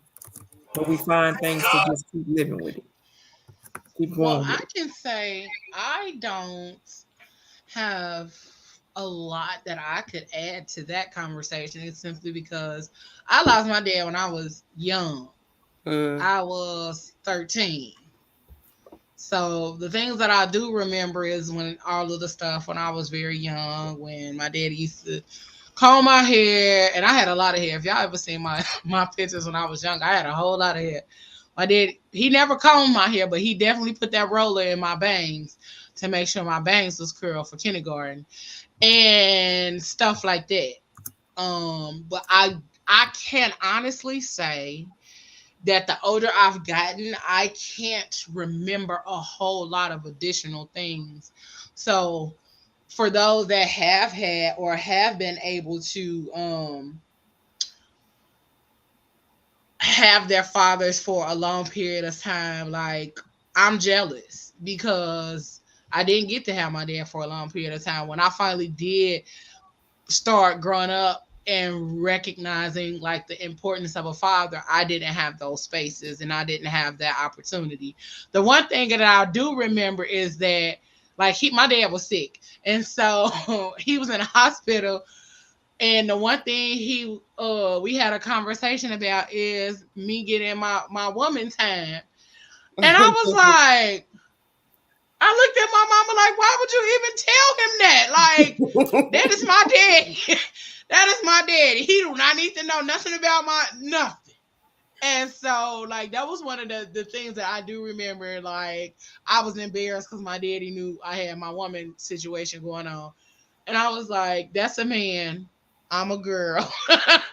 My daddy don't need to know nothing about that. But My daddy, he used to y'all remember them track suits, like the black tracksuits with the pink turquoise and purple in the like the blocks up here in the Yeah, top. yeah, yeah. We all had those alike. Me, him, and my little sister had those alike. So I keep looking like I be stealing Jack grapes Morrison too. now. Yeah, Yeah, Over absolutely. here Like sang by the we bell. used to have Right. all of those. We used to have those alike, but yeah, I cannot say that I have a ton of memories, but I do have some memories. Did you say you were stealing grapes too? Yeah, You I sound steal like my grapes daddy. all the See, time. that's my daddy. We gotta taste them and see what they taste. What if you don't? You got to. Shit, that was my daddy. But by the time we got to the front I of the said, table, but that right damn by bag the time we get out there, ain't even no grapes in the bag. was damn grapes in the You bag. just wipe it on your shirt. We be, Right. hey, look, we be in Like, the, he like, just we be wipe in it the on your store. shirt. I'm not eating them. You be in the No. store eating grapes and shit, but when you get home, you want to rinse them off and shit. But you don't rinse them off in the store. Shit. Right. Nah, Now you want to get in the store, you eat them, but then you get to the Matter house. of fact, I got some grapes in the refrigerator. That's Give me a few little grapes. Girl, show was like, damn, I ain't got no grapes. I'm gonna go get some. Nope. Hey, I don't know what they put like, in I'm them about grapes to go from get another Sam's bag because Club. ain't no more in there. You didn't ate the people grapes, and now you gonna go get another bag to pay for them now that we standing in the line. But them grapes at Sam's Club. Technically speaking, if you eat it while in the store, it's not considered stealing. That's what he said. That's what he That said. part. You didn't steal it Because you because we still ate in the it because store. we was in the That store. Oh, If it's still in the store, then it's like you're just on a taste slow testing. fall. It's On a just slow taste fall. testing. That's wild as hell. That's So, slow fall. It's just taste testing. Yeah, my uncles what I used to will drink the say- juice and then they'd Yeah, give it and an empty then put bottle. it right back. Yeah. No, my uncle give it an empty bottle. Like, go ahead, scan this. I drunk and it while I'm in scan the the store. empty bottle. Yeah, Oh wow, your uncle's nice. Oh yeah, I do that. that uncle nice. If the line long, goddamn. I know people that drink it. Now open the refrigerator, drink it, put it back. Like See, one time I was so hungry, I got there, opened up the bread and opened up my turkey, made a sandwich. Goddamn, by the time I got to the front of the line, I ate a sandwich. Put the mayonnaise on it and shit. Listen. I know people who actually go to the supermarket and act like that's their personal fridge. I'm looking at them like, okay, I'm not going to jail today. I'm gonna be up front. So one of the things that I do want to tap into before we get up out of here is the different stages of grief. But I also want to say to anybody that is dealing with grief, like I told Moses, be kind to yourself, be gentle with yourself, because some forms of grief or some people or situations or things that we may be grieving is new. And so your body, your mind, your spirit, and every part of you is going to react differently to a new form of grieving. So definitely be mindful of that. Be good to yourself, be kind to yourself, and allow other people to be good and kind to you in that space as well. It may feel different, it may feel weird, but you got to be okay with people loving on you to the fullest. Okay. So the forms of grief, we're going to get that real quick. The different types of grief. There's absent grief, anticipatory grief, complicated grief, cumulative grief, delayed grief, disenfranchised grief, normal grief, breakup grief, and traumatic grief. So, for all of y'all that say that, oh, it's only one kind of grief, or you ain't grieving no breakup, there's a such thing as Different categories. Yeah, definitely. there are so many different types of grief. And then I know some people, I know I said that I wanted to tap into the difference between grief and depression, so I'm going to do that real quick. Yeah, I want to. Oh, we're going to talk about that. Is disenfranchised like when Church's Chicken went out of business? Everybody was upset. No. When you go to Chick-fil-A on a Sunday and No, they close. I freaking hate you right now, yo. No. Not at all. That is not my chicken. Disenfranchised grief. Y'all stupid. Church's Chicken shut down. I can't. That was a disappointing time. It was. No more Quincy's yeast rolls. Them honey biscuits was everything. They went out of business. Not about us. It's a gang of Church Chicken out They here. got disenfranchised. Yeah. It's Savannah too. It's a bunch of There's my church Leon ladies there. I there. can say we still got them. But so here's the definition of grief. Grief is an emotional reaction to loss. Most commonly, grief is connected to death and dying, but it also related to any loss that we experience in life, work, money, relationships, play, hobbies, safety, physical capacity, or anything else we can lose. The body and the mind react in a variety of ways to loss, and generally, the more important or significant the loss, the more complications there could be. Um, So I may have been right. Because let's say somebody is a hobby for them to eat at church's chicken. Okay. And then the church No way. chicken I'm not. I'm not. I'm not. he said, so I was kind of right. Mouth, listen, if it's one thing Mouth gonna do, he gonna find a win, okay? That man can be wrong A as win two is a days win. The win is the win. He gonna find a win. He gonna be like, disenfranchised. The Right. franchise Make went out of business. This You- franchise went out of business. I'm not. I'm mad. He said this franchise. Franchise went out of Franchise went out of business. When them finna franchise irritate boys me. stopped making Not music, them franchise boys. I was grieving. I grieved. So wait a minute. Yeah. You represent No more of that. You know what I mean? Oh, Miss Lady, in the comments, please let me have my moment. No more pool palace when them franchise boys stop making Oh, music. okay, Jesus! Somebody help me. Listen, I need y'all to stop She talking said, about. if you kind of right, you also kind of wrong too. But here, y'all stupid, bruh. The similarities between grief and depression. So they both can create low moods, feeling down or low in spirits, sadness, uncontrollable crying, social withdrawal, problems with sleep, appetite, and energy level, poor memory, somatic symptoms, nausea, headaches, and then reduced interest in life. I did not know that grief and depression can trigger poor memory. Yeah. Because your brain blacks it out. I heard that. Yeah, Your brain blacks it out. blocks it out. But them grief headaches, nigga, that shit make you go blind. You be seeing Yeah, it doubles and shit. It does. I used to sleep a lot. Yeah, A lot. yeah. Like when my dad first died, I'm like Moses. I slept a whole lot. And get sick a lot too, right? I slept Yep. a lot.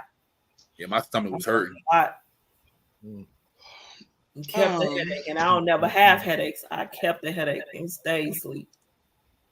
So grief is generally irritability, deep sadness, difficulty practicing acceptance, seeing or hearing things related to loss. Depression is guilt unrelated to grief, preoccupation with worthlessness, prolonged difficulties functioning, and then suicidal ideation. And then the similarities is intense malaise, sleeping disruption, loss of appetite, and weight loss. So those are other differences and similarities between grief and depression. Thank you for saying So- ideation, because that I was fucking me up trying to read that word. I mean, Appreciate you. And the sad part about this You're shit welcome. is so real because Yeah. this is some of the stuff I just recently went through.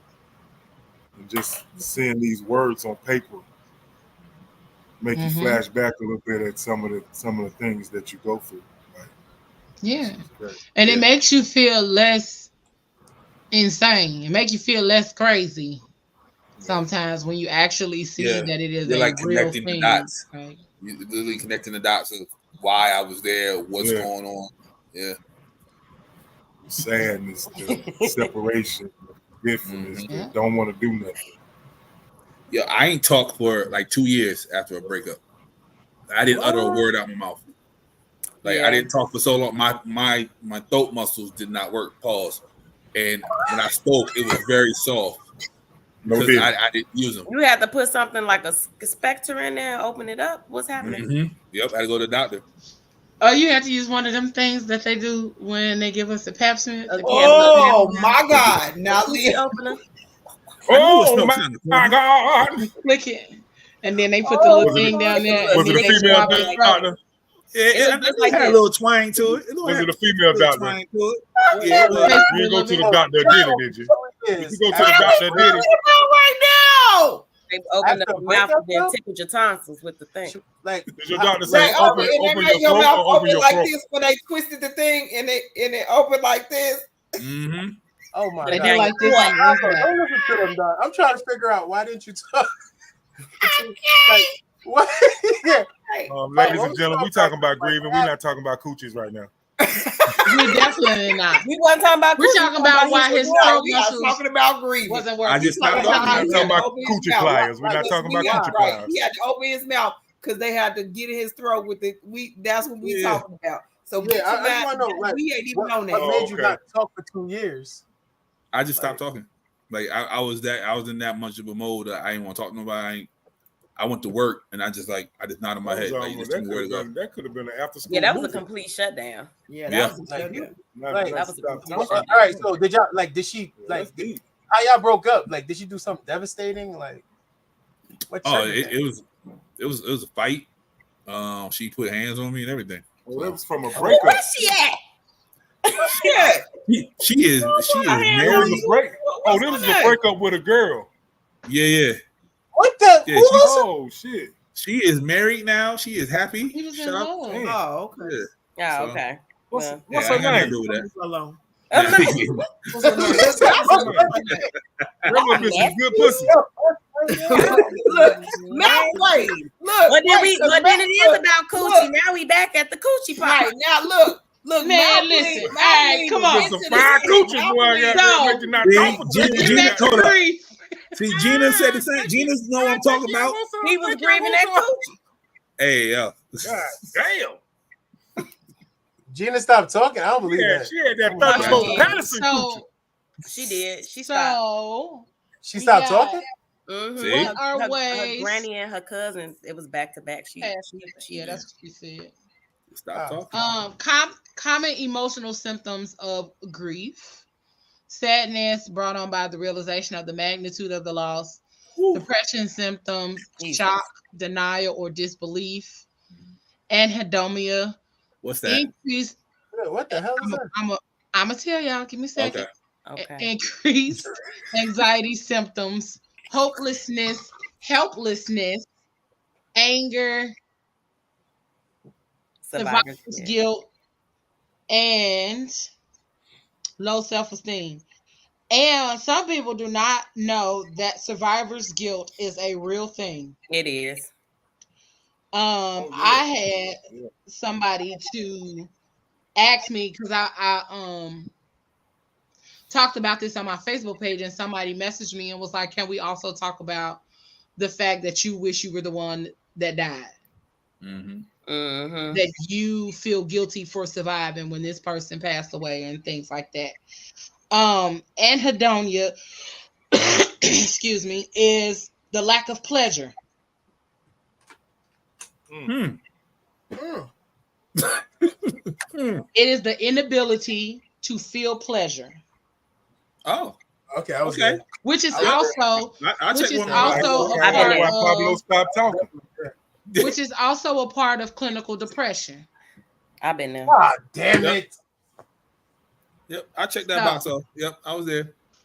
And then we I got some don't ways want you that to y'all add can that start word. healing too. Oh yeah, We tell got us some who in the ways pot, to girl. start healing because we finna get up out of here. Ways to begin healing from grief: 1, see a therapist. Yep. 2, attend group therapy. I don't 3, like niggas. practice self-care. Okay. 4, be patient. Be patient. Mhm. Number 4 should have been number 1.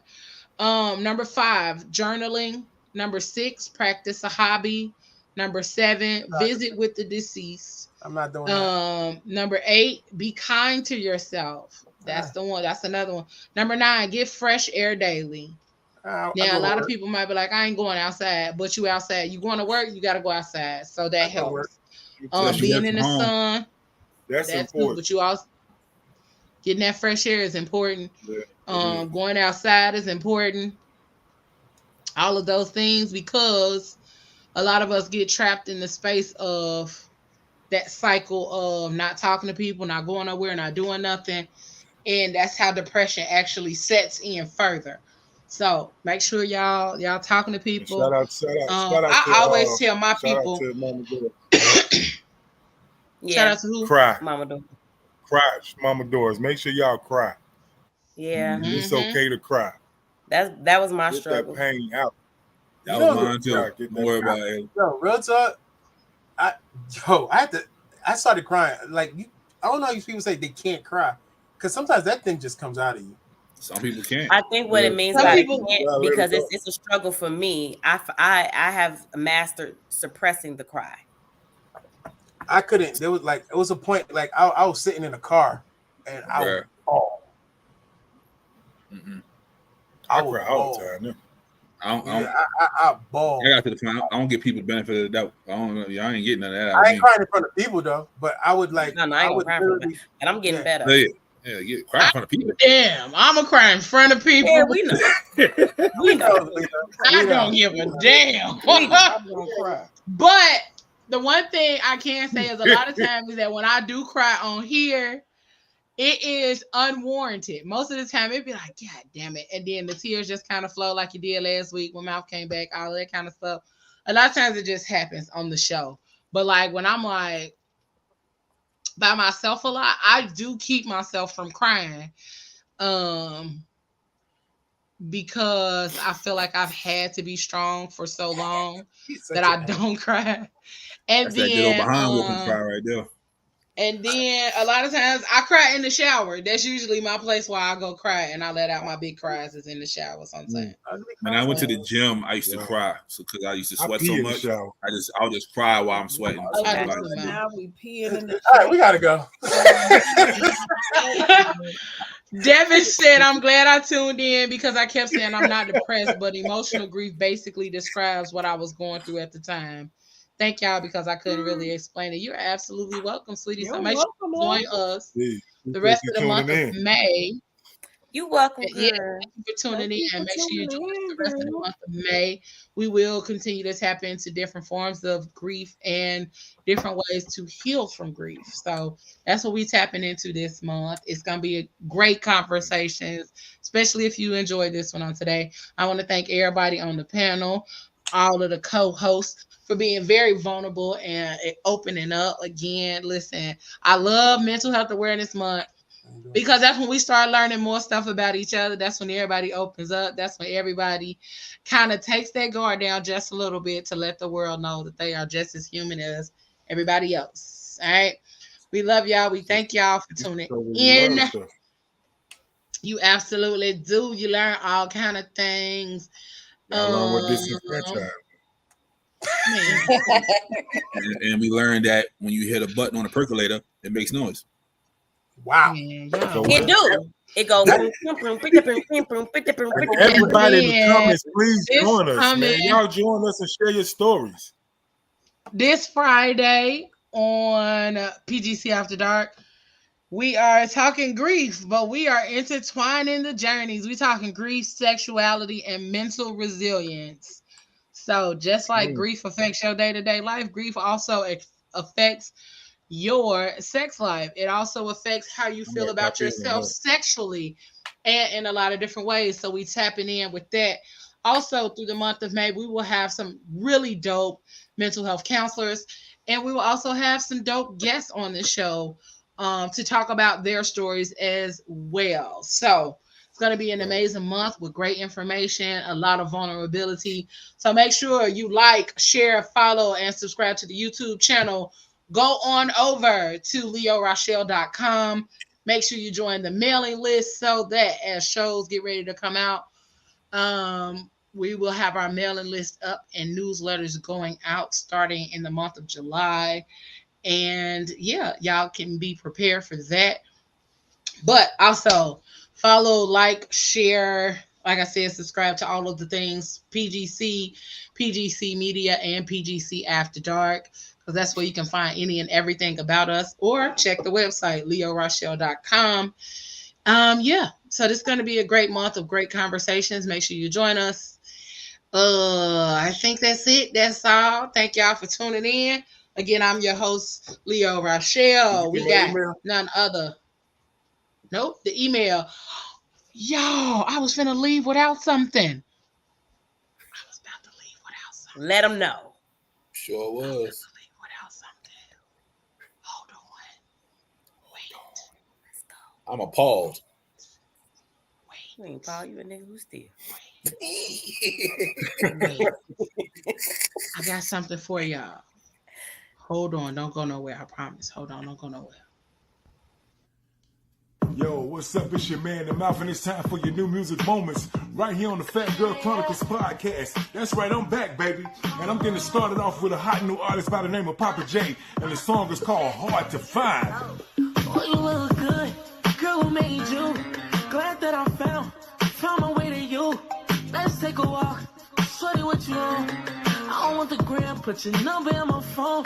I know so many guys that come around, say they gon' stick around and let you down. And if you feel like I'ma play a running game, tonight gon' be the night. I'ma change how you think, cause it's you.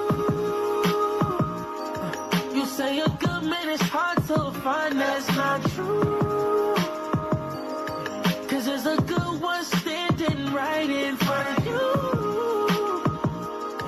They say a good girl's hard to find, I found you. I found you. Yeah, girl.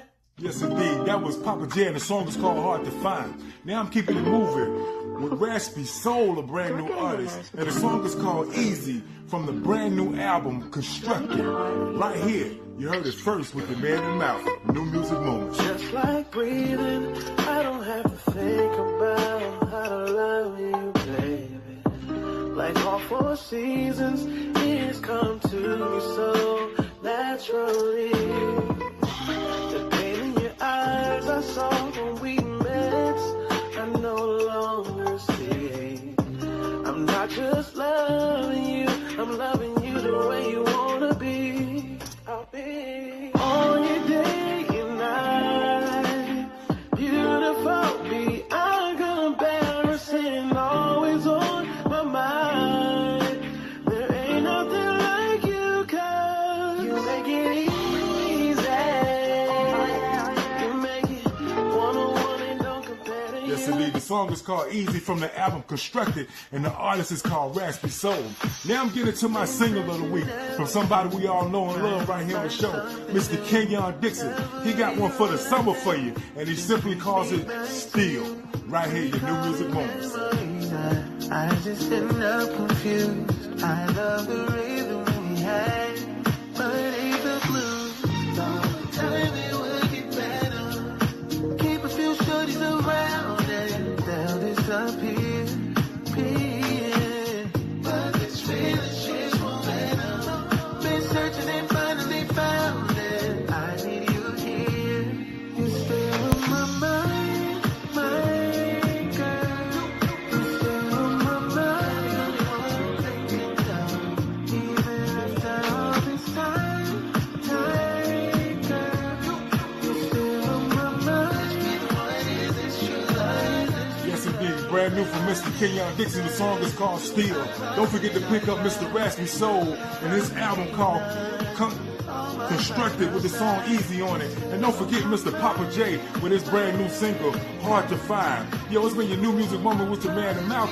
Yo, if you need new music or you need somebody to host something, I host bar mitzvahs, baby showers, whatever you need me to hold, I'm there, man. Hit me up at themouth247@gmail.com. That's themouth247@gmail.com. You got any questions or concerns, or you want to be a guest on the show, hit us up right here at the Phat Girl Chronicles podcast at gmail.com. That's the Phat Girl Chronicles podcast at gmail.com. Yo, this been your new music moments. I hope I added something to your life, man. I'm happy to be back. And as I always say, baby, I'm out. Yeah. All is right in the world. I don't know how I forgot that, but shit, the shit was just rolling, and I was like, yeah, damn, dog, I almost forgot. I almost messed it. Y'all would have been shitty, because I would have said something last week about this week's new music moment, and y'all would have been like, you know what, Leo, we ain't really fucking with you like that, because how you ain't give us last week's new music moment. and I ain't want no smoke. But yeah, there we are. Thank you, Mal, because now y'all can get them playlists back in order so y'all can have some butt naked nastiness going on, and y'all can have me some nieces and nephews by next year. Yeah, they be Aquarius.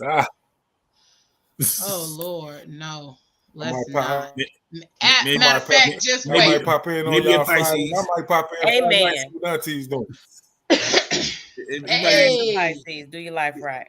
Yep, Aquarius and Pisces coming out. Go ahead, go and get that out the way. We don't need either. So, make sure y'all go on over to leorochelle.com. Check out all things PGC over there, and y'all can check out the merch, all of that good stuff. We will be back on next week with another amazing conversation, and then don't forget to join us this week at 9 with the Crazy Rich Aunties. All right, we love y'all. We appreciate y'all. We thank y'all for tuning in. And like Pop says,